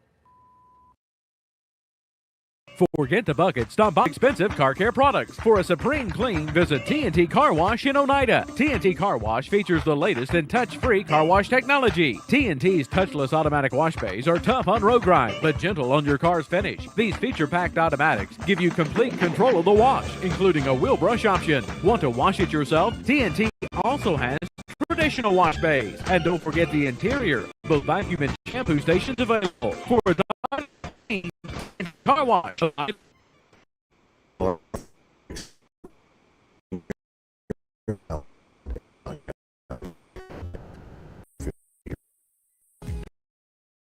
to use a community bank.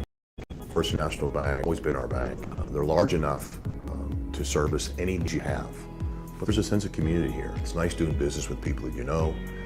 They know your name. So that's why we use First National Bank.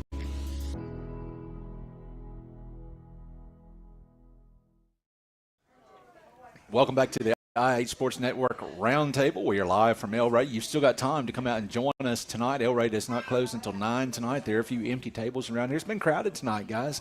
A lot of folks out enjoying the holiday and stopping in, but there's room for you here if you want to stop on by. All right, now it's time for the best part of the show, and that's where we bring back some of the, can I say it, the old-timers. Yeah, you can say it now. Our Black Cat Legends of the Game. We got two this week, one from Sky High and one from Oneida, and Tim is going to be talking to Mike Swain, who is our Oneida Legend of the Game. So, Tim. That's right, Ben. And I will mention Black Cat. They're going to have the music on Main this weekend. They're going to have a chili cook-off 6 to 9. So we appreciate the Black Cat sponsoring the Legends of the Game. And Mr. Mike Swain, I am very thankful that you agreed to come here and talk to us. A Legend of the Game. Yep. So you played from 1962 to 1965. Yeah. And you were in a part of Oneida era when it made it tough on everybody else because there was so much success going around. You kind of followed. We talked with Caden Rector, his great grandfather Bill Jacobs. He had an incredible run. My first coach, by the way. 8th grade, 2 8th graders got to go out for the high school team because we had the same principal in middle school and high school. So Bill Jacobs was my first coach. And what position did you start out at? End. And did you stay in the end, or? I stayed at the end of the ends. No, I did not stay at end. Next year, Coach Daniel, first year, I became a quarterback, sort of. Yeah, for Coach Ben Daniel. Yeah. And that was his first year. Let me Go ahead. start first Absolutely. by saying congratulations on the 30th anniversary of the state championship. That was special. 1991, however, I was at the end of the field when Jimmy Barna hit that ball, and it was good. Well, I know the radio officials, the officials didn't agree with me, but I saw it from directly behind the play, and it was good, which would have meant we would have gone to state in 91 as well. Right. As I recall. You're correct. It was at Donaldson Christian down there. Yeah. So just missed. So well, that was the officials' version of it. So let's talk about playing. When did you decide to play football? What about it? I think I was 4. Yeah. I had shoulder pads and a helmet on when I was 4 in a 4-year-old picture, and I just played football. My dad was a baseball guy, but I somehow just wanted to play football all my life. And what about those teams 62 through 65 and some of the folks that you played with? I mean, the success, and I've got the list of the teams here, that came during that time. You had bowl games, you had a lot of success, and a lot of good players around you as well. No classifications, of course, then. That came in Rick's era. Exactly. And but tradition was big time. Oneida football was a good story and a long story, a long tradition, and we felt like that we had to carry it on. I mean, there was some responsibility for us to behave in a way that our former leaders did. Was there a particular player as you were growing up, an Indian that you watched, that you admired, that you can remember seeing play for? Well, I brought my list. Let's get to the notes. Well, wait. Excuse me. Yeah, by all means. I may have to adjust here. I'm sure I will too. The reason I brought my list because I don't want to forget anybody that meant something to me. Of course, I remember 00 in 1958 when I was playing behind the bleachers. I watched the game for about a minute, and then I'd go play behind the bleachers. And Donnie Carson and Dennis Sexton were special, and they signed with Kentucky. Jack Chitwood, Cecil Bernard Chitwood. He was a city boy. He lived in Oneida. Yeah. And Jack from Winfield. Danny Cross, Dr. Danny Cross, pharmacist, was a special player, and we forget that he had a stellar career at Oneida. Billy Webb, Sam Galloway, Russell Cotton, Captain Danny Cross. I mentioned Danny Cross 3 times, I think, but Captain Danny was a Marine Corps captain and from Winfield. Kenny Bruton, Brom Shoemaker, Ronnie Boer, who raised me in the secondary. He was, I was a sophomore and he was a senior, and he just told me what to do. Yeah. And show up at the right place. Malin Braxton, and I must say something about cue ball. Now, I don't know if he remembers Oliver Jones, but Oliver Cue Ball Jones, named by our former mayor, Denzel Pennington. I don't know why he named him Cue Ball, but he did. But Q came to me and said, had this cup, and it was yellow inside. And he said, Mike, would you like to try this? And I said, Q, I've seen you go around the room, and nobody, one of your friends, will attempt to take a sip of that. And he said, well, somebody's got to, and I promise it's not that bad. So I took a sip, and it was not that good. Yeah. But that was the first electrolytic drink that I ever had, and he had developed the recipe before Gatorade. Wow. That came from Oneida High School. National Merit Scholar, though. So it should have been Indian Aid. Indian Aid. We That's missed right. out on all these royalties. Yeah. I didn't mean to say Gator. Yeah, either. exactly. So can I ask you questions around football? Was football, like, where did it rank on the social order of here's what we're going to do on Friday night around town in those days? I remember in 1957 when I was in the 4th grade or 5th grade or something like that, we played in the Briar Bowl in Somerset, and there was scheduled a caravan to go up 27, the old 27, all the way to Somerset for the bowl game. Well, the caravan was so long we couldn't get it in the parking lot. I mean, it was the county, it seemed, was headed to Somerset. Yeah. So that it meant a lot. It was a big social event. Everything focused on the. Of course, we had, we also had Huntsville High School, and my wife is sitting out there, and she went to Huntsville and coached by Jack Diggs. She played for Jack Diggs in basketball. Great basketball coach. And very successful in doing so. Oh, very successful. They lost one game their senior year. So we what's weren't that supposed to mean? mention that one, apparently. Okay. So we're supposed to stick to football. Okay. So who was the rival of these teams? Or give me 2 or 3 rivals through these eras. Huntsville, number one, of course. My junior year, we lost to Huntsville down there for the first time in 34 years, I think. And it was a very combative team. They were a machine. I think we lost 13-7 or something like that. But I do also remember throwing a pass to Larry West. By the way, Larry West didn't play for us. That's right.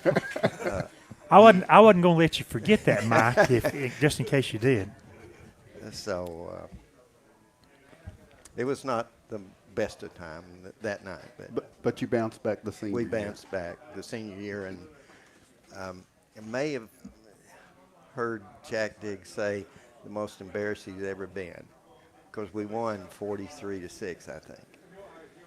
So, so the Huntsville Oneida rivalry, was there other minor rivals at the time, or pretty much that was it? That was pretty much it. Jacksboro, La Follette, both of those teams were decent usually. What about, you said there was no classifications. Was there some teams that you couldn't get over the hump against? They were just too powerful that maybe, why were we playing this powerful a team that you remember? We scheduled York a couple of, York came over to play in our Civic Bowl, which was the biggest game of the year for us, of course, the postseason bowl game. And York was always big, always powerful. I remember in the bowl game, I think I went back for a pass, and they had a defensive end that was like 6'4", 3,000 pounds or something like that. And I hit him in the helmet with the ball. So that was not my greatest moment, but ended up coming back.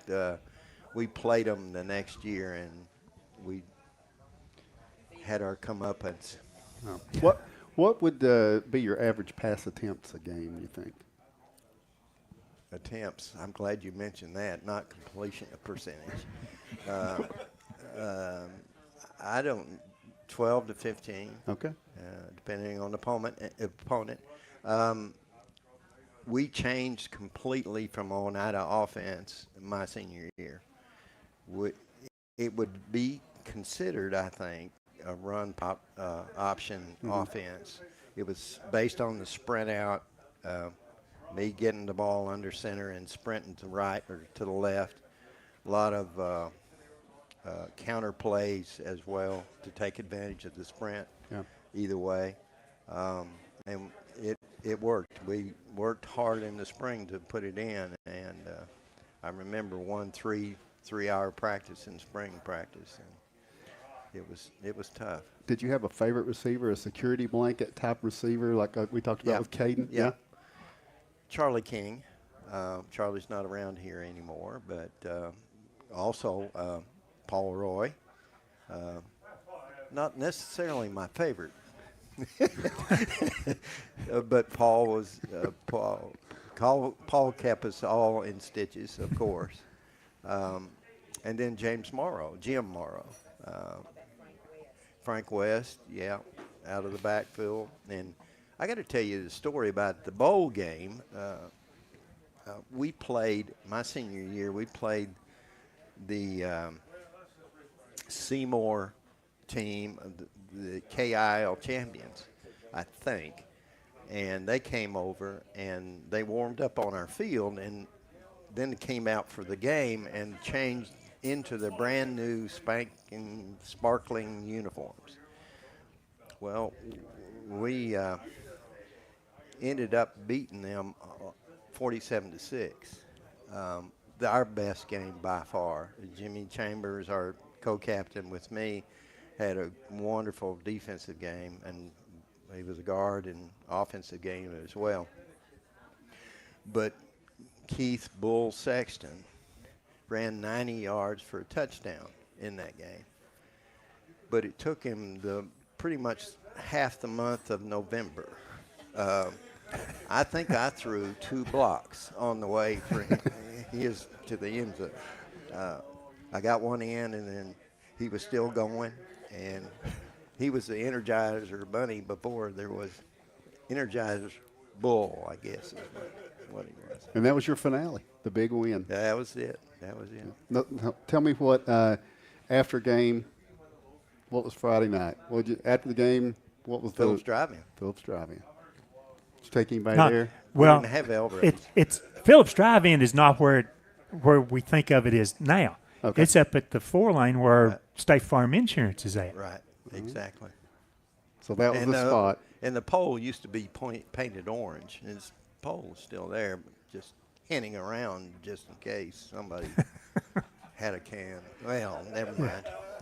All right. Now, I do want to shift to one other thing, because there's something that's very close to your heart that I believe. You know, I'm throwing that belief out here. It's the soccer, and the growth soccer in Scott County. We just interviewed a couple of young ladies from Scott High. We do feature each week on soccer. Talk about how you've seen soccer grow, and then surely that is something that you are pleased with. Yes, I'm very pleased with where we are and the results the young people have gotten in the last several years especially. I did approach Jim May when we moved back home to be an assistant coach or to help in any capacity in football. And at the time, he very politely said, we can't have non-faculty coaches. And you would be considered that. And he said, I appreciate your enthusiasm. And but the next thing I knew, I was asked to be a youth a youth soccer coach, and I said yes. And our boys played, and I fell in love with the sport and worked hard at learning to be as good a coach since we didn't have soccer and didn't play it. And so it's been a great experience, and I met Pele and shook his hand.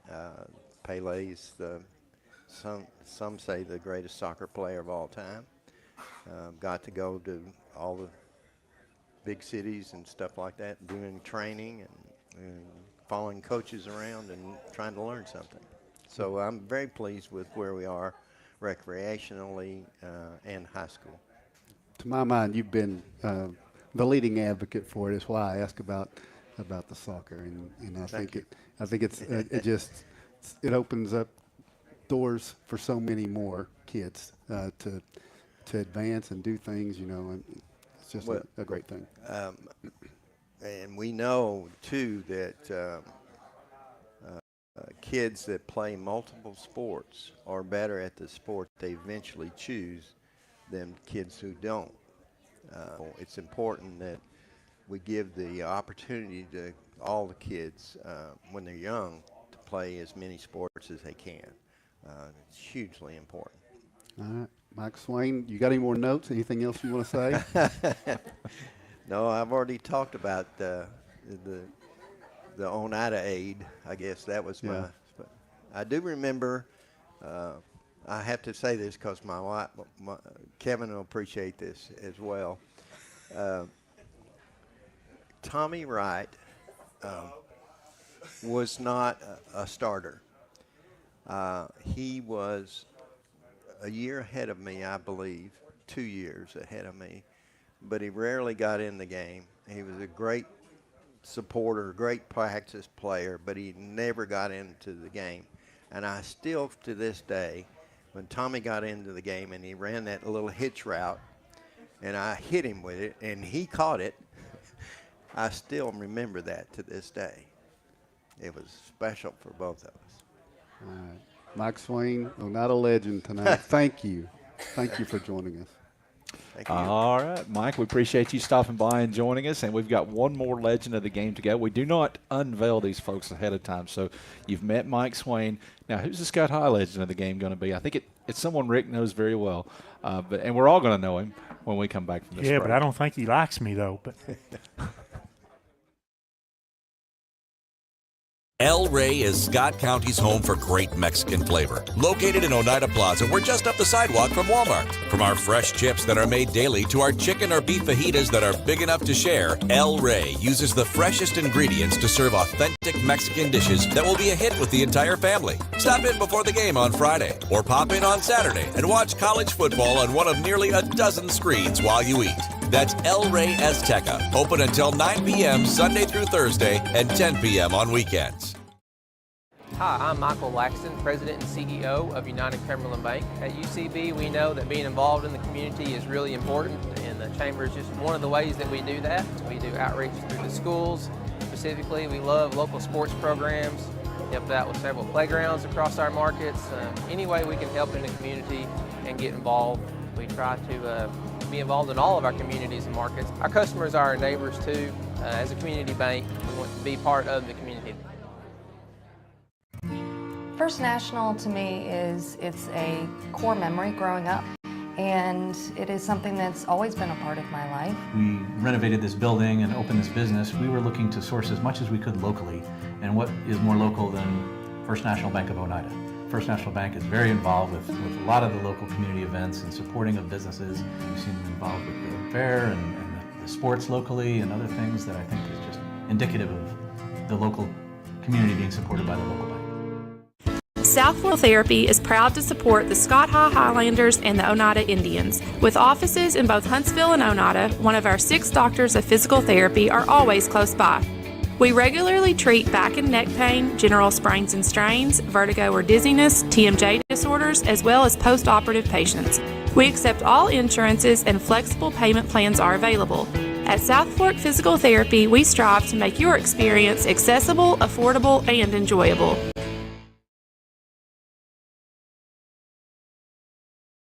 South Fork Physical Therapy is proud to support the Scott High Highlanders and the Oneida Indians. With offices in both Huntsville and Oneida, one of our 6 doctors of physical therapy are always close by. We regularly treat back and neck pain, general sprains and strains, vertigo or dizziness, TMJ disorders, as well as post-operative patients.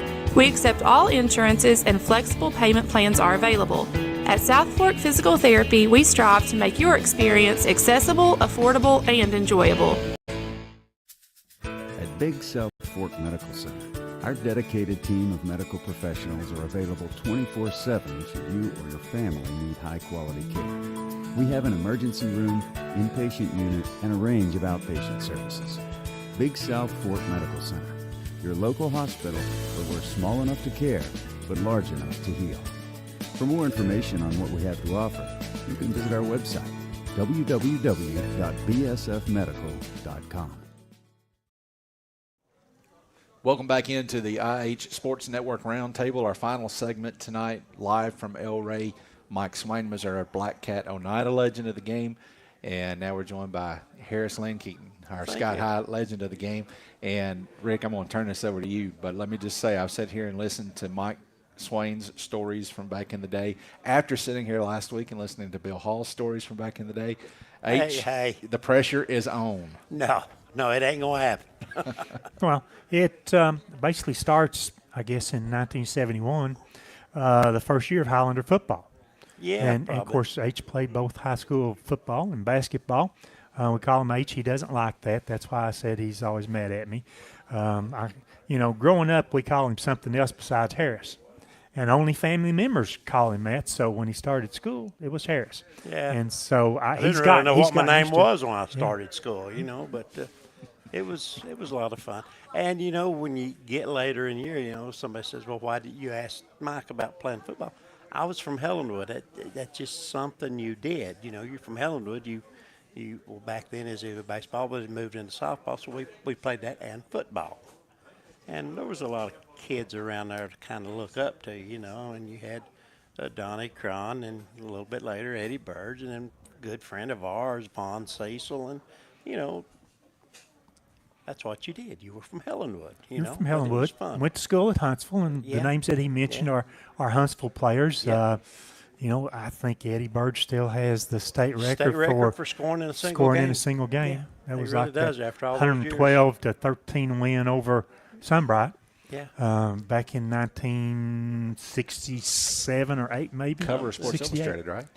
Am I wrong about that? Can't really. I don't think it was the not cover. Not the cover, but made Sports Illustrated. It was in Sports They used to have athletes of the week, the month, or whatever in Sports Illustrated, and he was in there like that as doing that. And that was under the Jack Diggs, and you had the Jack Diggs system, which included if you were the right halfback, you ran fast 35 a lot in the game, which is sweeping left and turning up between the tackle and end. And in that formation, you always had, back then in the dig system, you always had 2 tight ends. You had the 3 running backs and the quarterback in the T. The quarterback was under the center. And occasionally you'll see that by mistake. If a high school team runs it anymore, they don't call it that. They try to emulate some college program like an Army or somebody like that, just because you want to run the ball a whole lot. One of the things that, and I guess one of the main things I guess affected people my age was being there at that time when the schools consolidated. And that was a year later. You know, we talk about, what, 71? Construction delays caused that. It should have been In 70. a year sooner. I would have spent my entire 4 years at Scott High School had it not been for those. And it was, you know, I think we got to practice on Scott High's field maybe 2 or 3 weeks that year. I mean, it was just a big mud hole down there. Played all the games the first year at Huntsville. The home games were played at Huntsville, and it was. And we started stepping right away into a more larger schedule, and it was tough because there wasn't a lot of extra people other than what would have been at Huntsville. And then a few years later, some more started coming, and it made a lot of fun. I can still remember some fun and things. So I mean, it was a blast. We were over La Follette. You got to remember, La Follette ain't there no more either. You know, they consolidated Campbell County High School, but Jim Lau was a pretty good running back, you know, and he was behind me. I was going to block for him, playing fullback, and they had this guy that I think he'd already signed at UT, big, huge tackle, and I got up to him. He reared up kind of like a bear, and I stuck my head right there, and I could just feel flesh go around my headgear.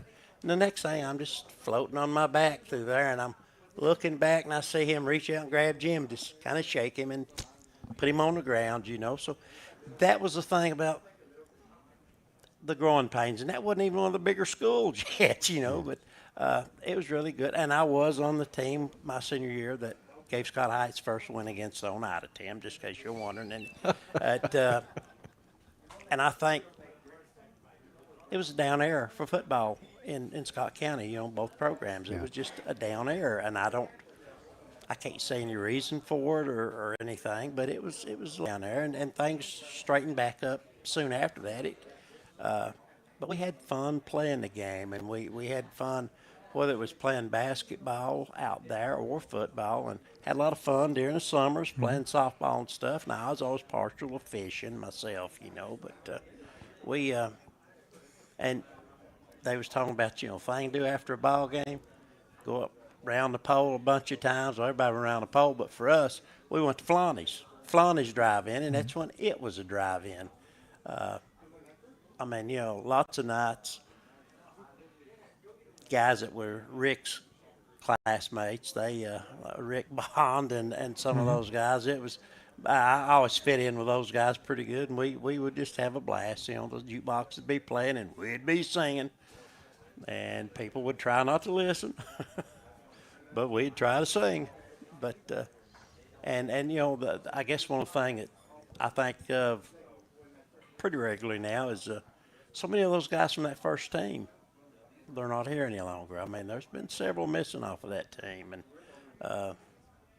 I kind of keep marking them. There's a picture of the first team down there in the field house, and I'll kind of mark them or, you know, look at them and stuff, and it's sad in a way, but it's just part of life, you know, and being the first don't necessarily mean anything about best or longest or anything. It just means you were the first, you know.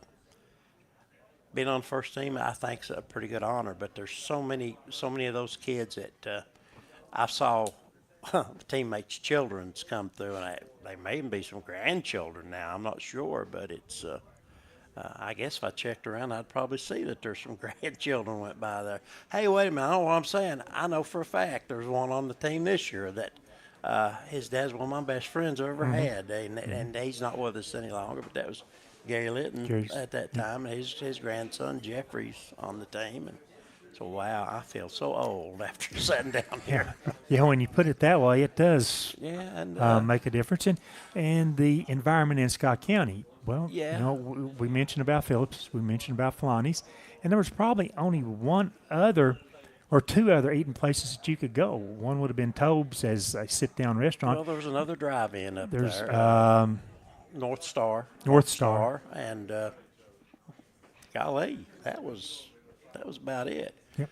Of course, it was all the only stretch of 4-lane would have been that little mile and a half here in Oneida, and there wasn't no traffic lights on down the road either, you know, which was probably a good thing.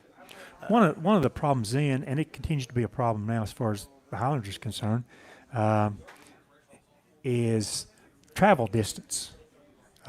Coming into Scott High School, I mean, you can be from Winfield, Jellicoe Creek, you can be from Buffalo Creek, you can be from, certainly Elgin, anywhere like that. It was a problem then because the first year or two was based on who had played football in Huntsville, and then roll that into Scott High. Yeah, if you look at it now, the roads we have in the county now are just super freeways compared to what old 63 was.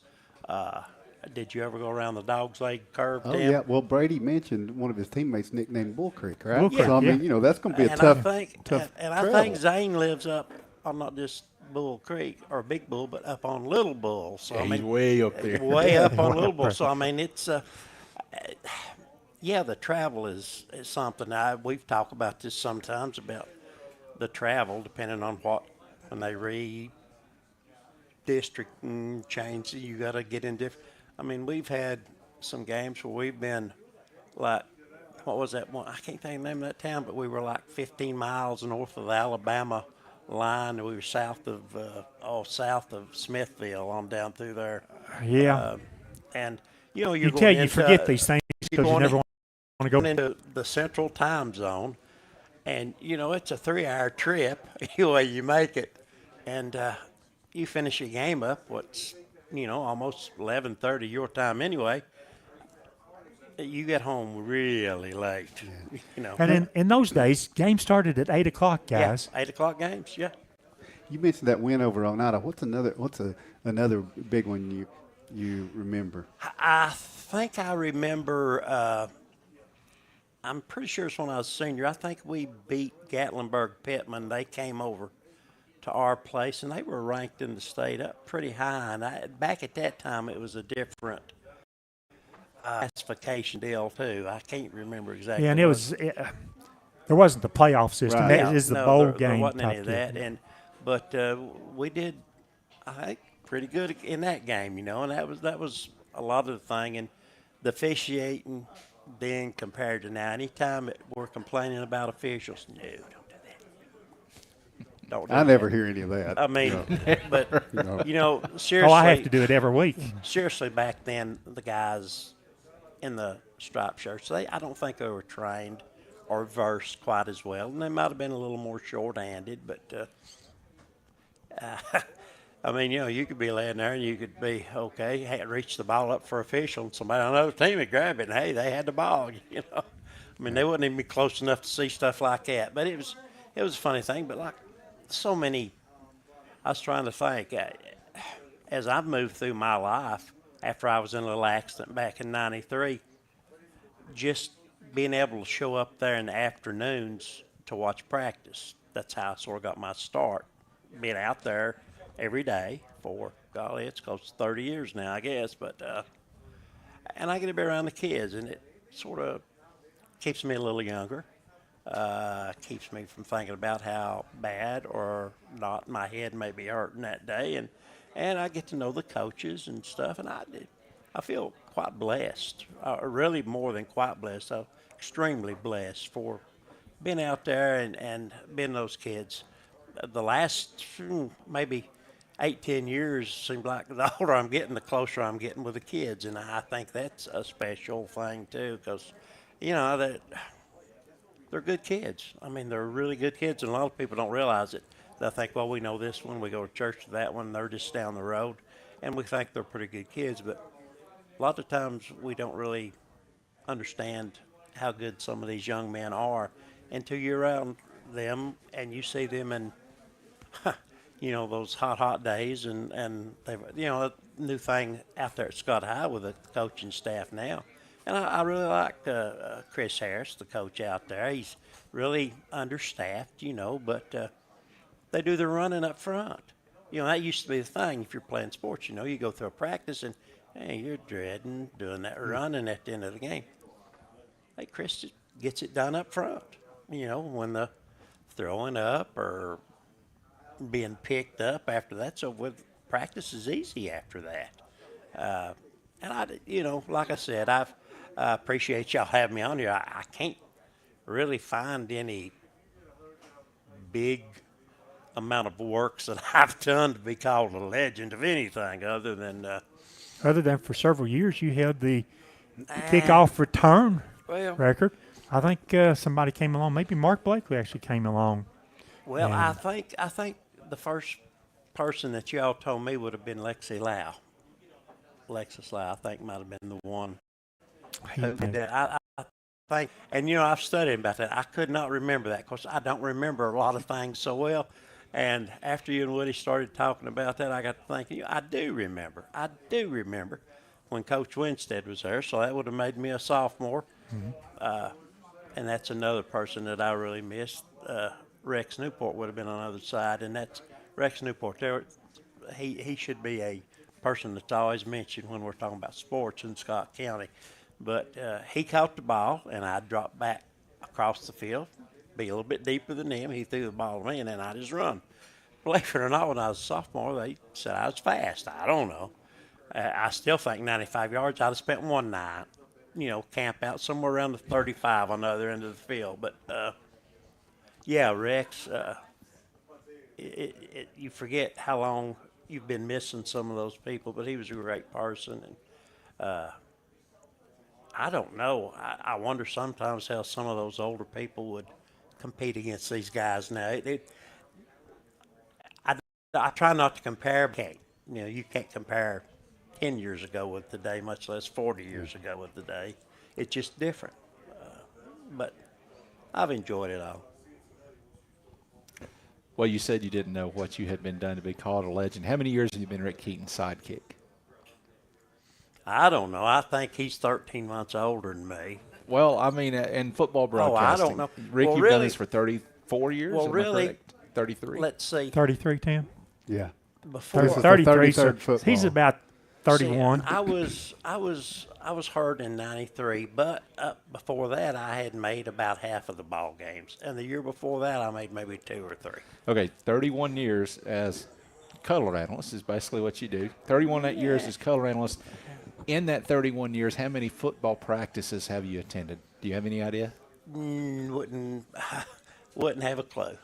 And so have you always gone to practices like you do now? Because you rarely miss a practice. Pretty much. Now, occasionally, something will come up, you'll have to miss one, but it's probably been a good while since I have. And I was worried when he said you need to be there Monday night. I had no idea it was for this. I thought maybe he's going to let me I didn't either. I thought she was going to let me interpret for Brady or something. Me and the boss, we have a way to communicate. But golly gee, I thought I was going to miss a JV game, and that would have been a horrible thing for me. That would have struck me down, Well, see, that's what I'm saying. I mean, you've been So around this for a long time. I have. Listen, I'm sitting here with 3 legends. All 3 of you guys, 30-plus years of doing this, and what you guys have done to promote the kids of Scott County that play football and basketball is tremendous. Well, it's something you would have thought anyway.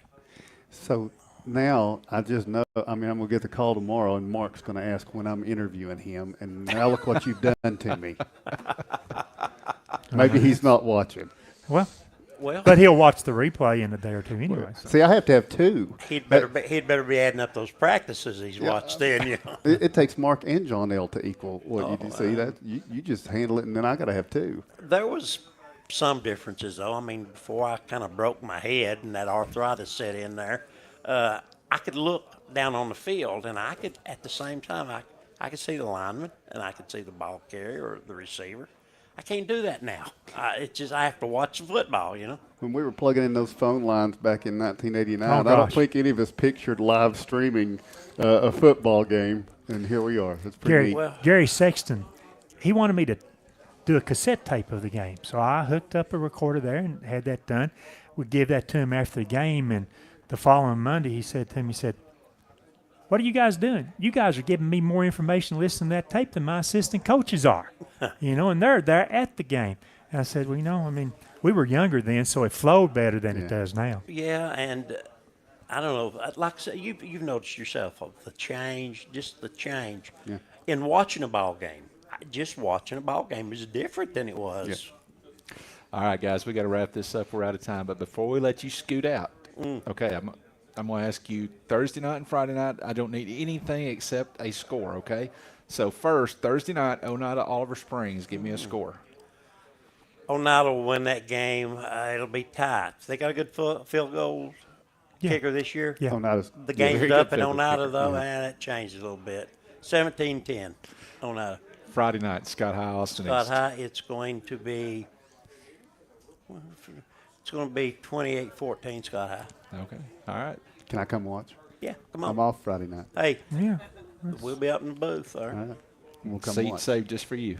All right. All right. We thank you for joining us. Thank everybody who was with us tonight. We will do this again next Monday night live from right here at El Rey. But before we do that, Thursday night and Friday night this week, we've got high school football. We will have both of those games for you.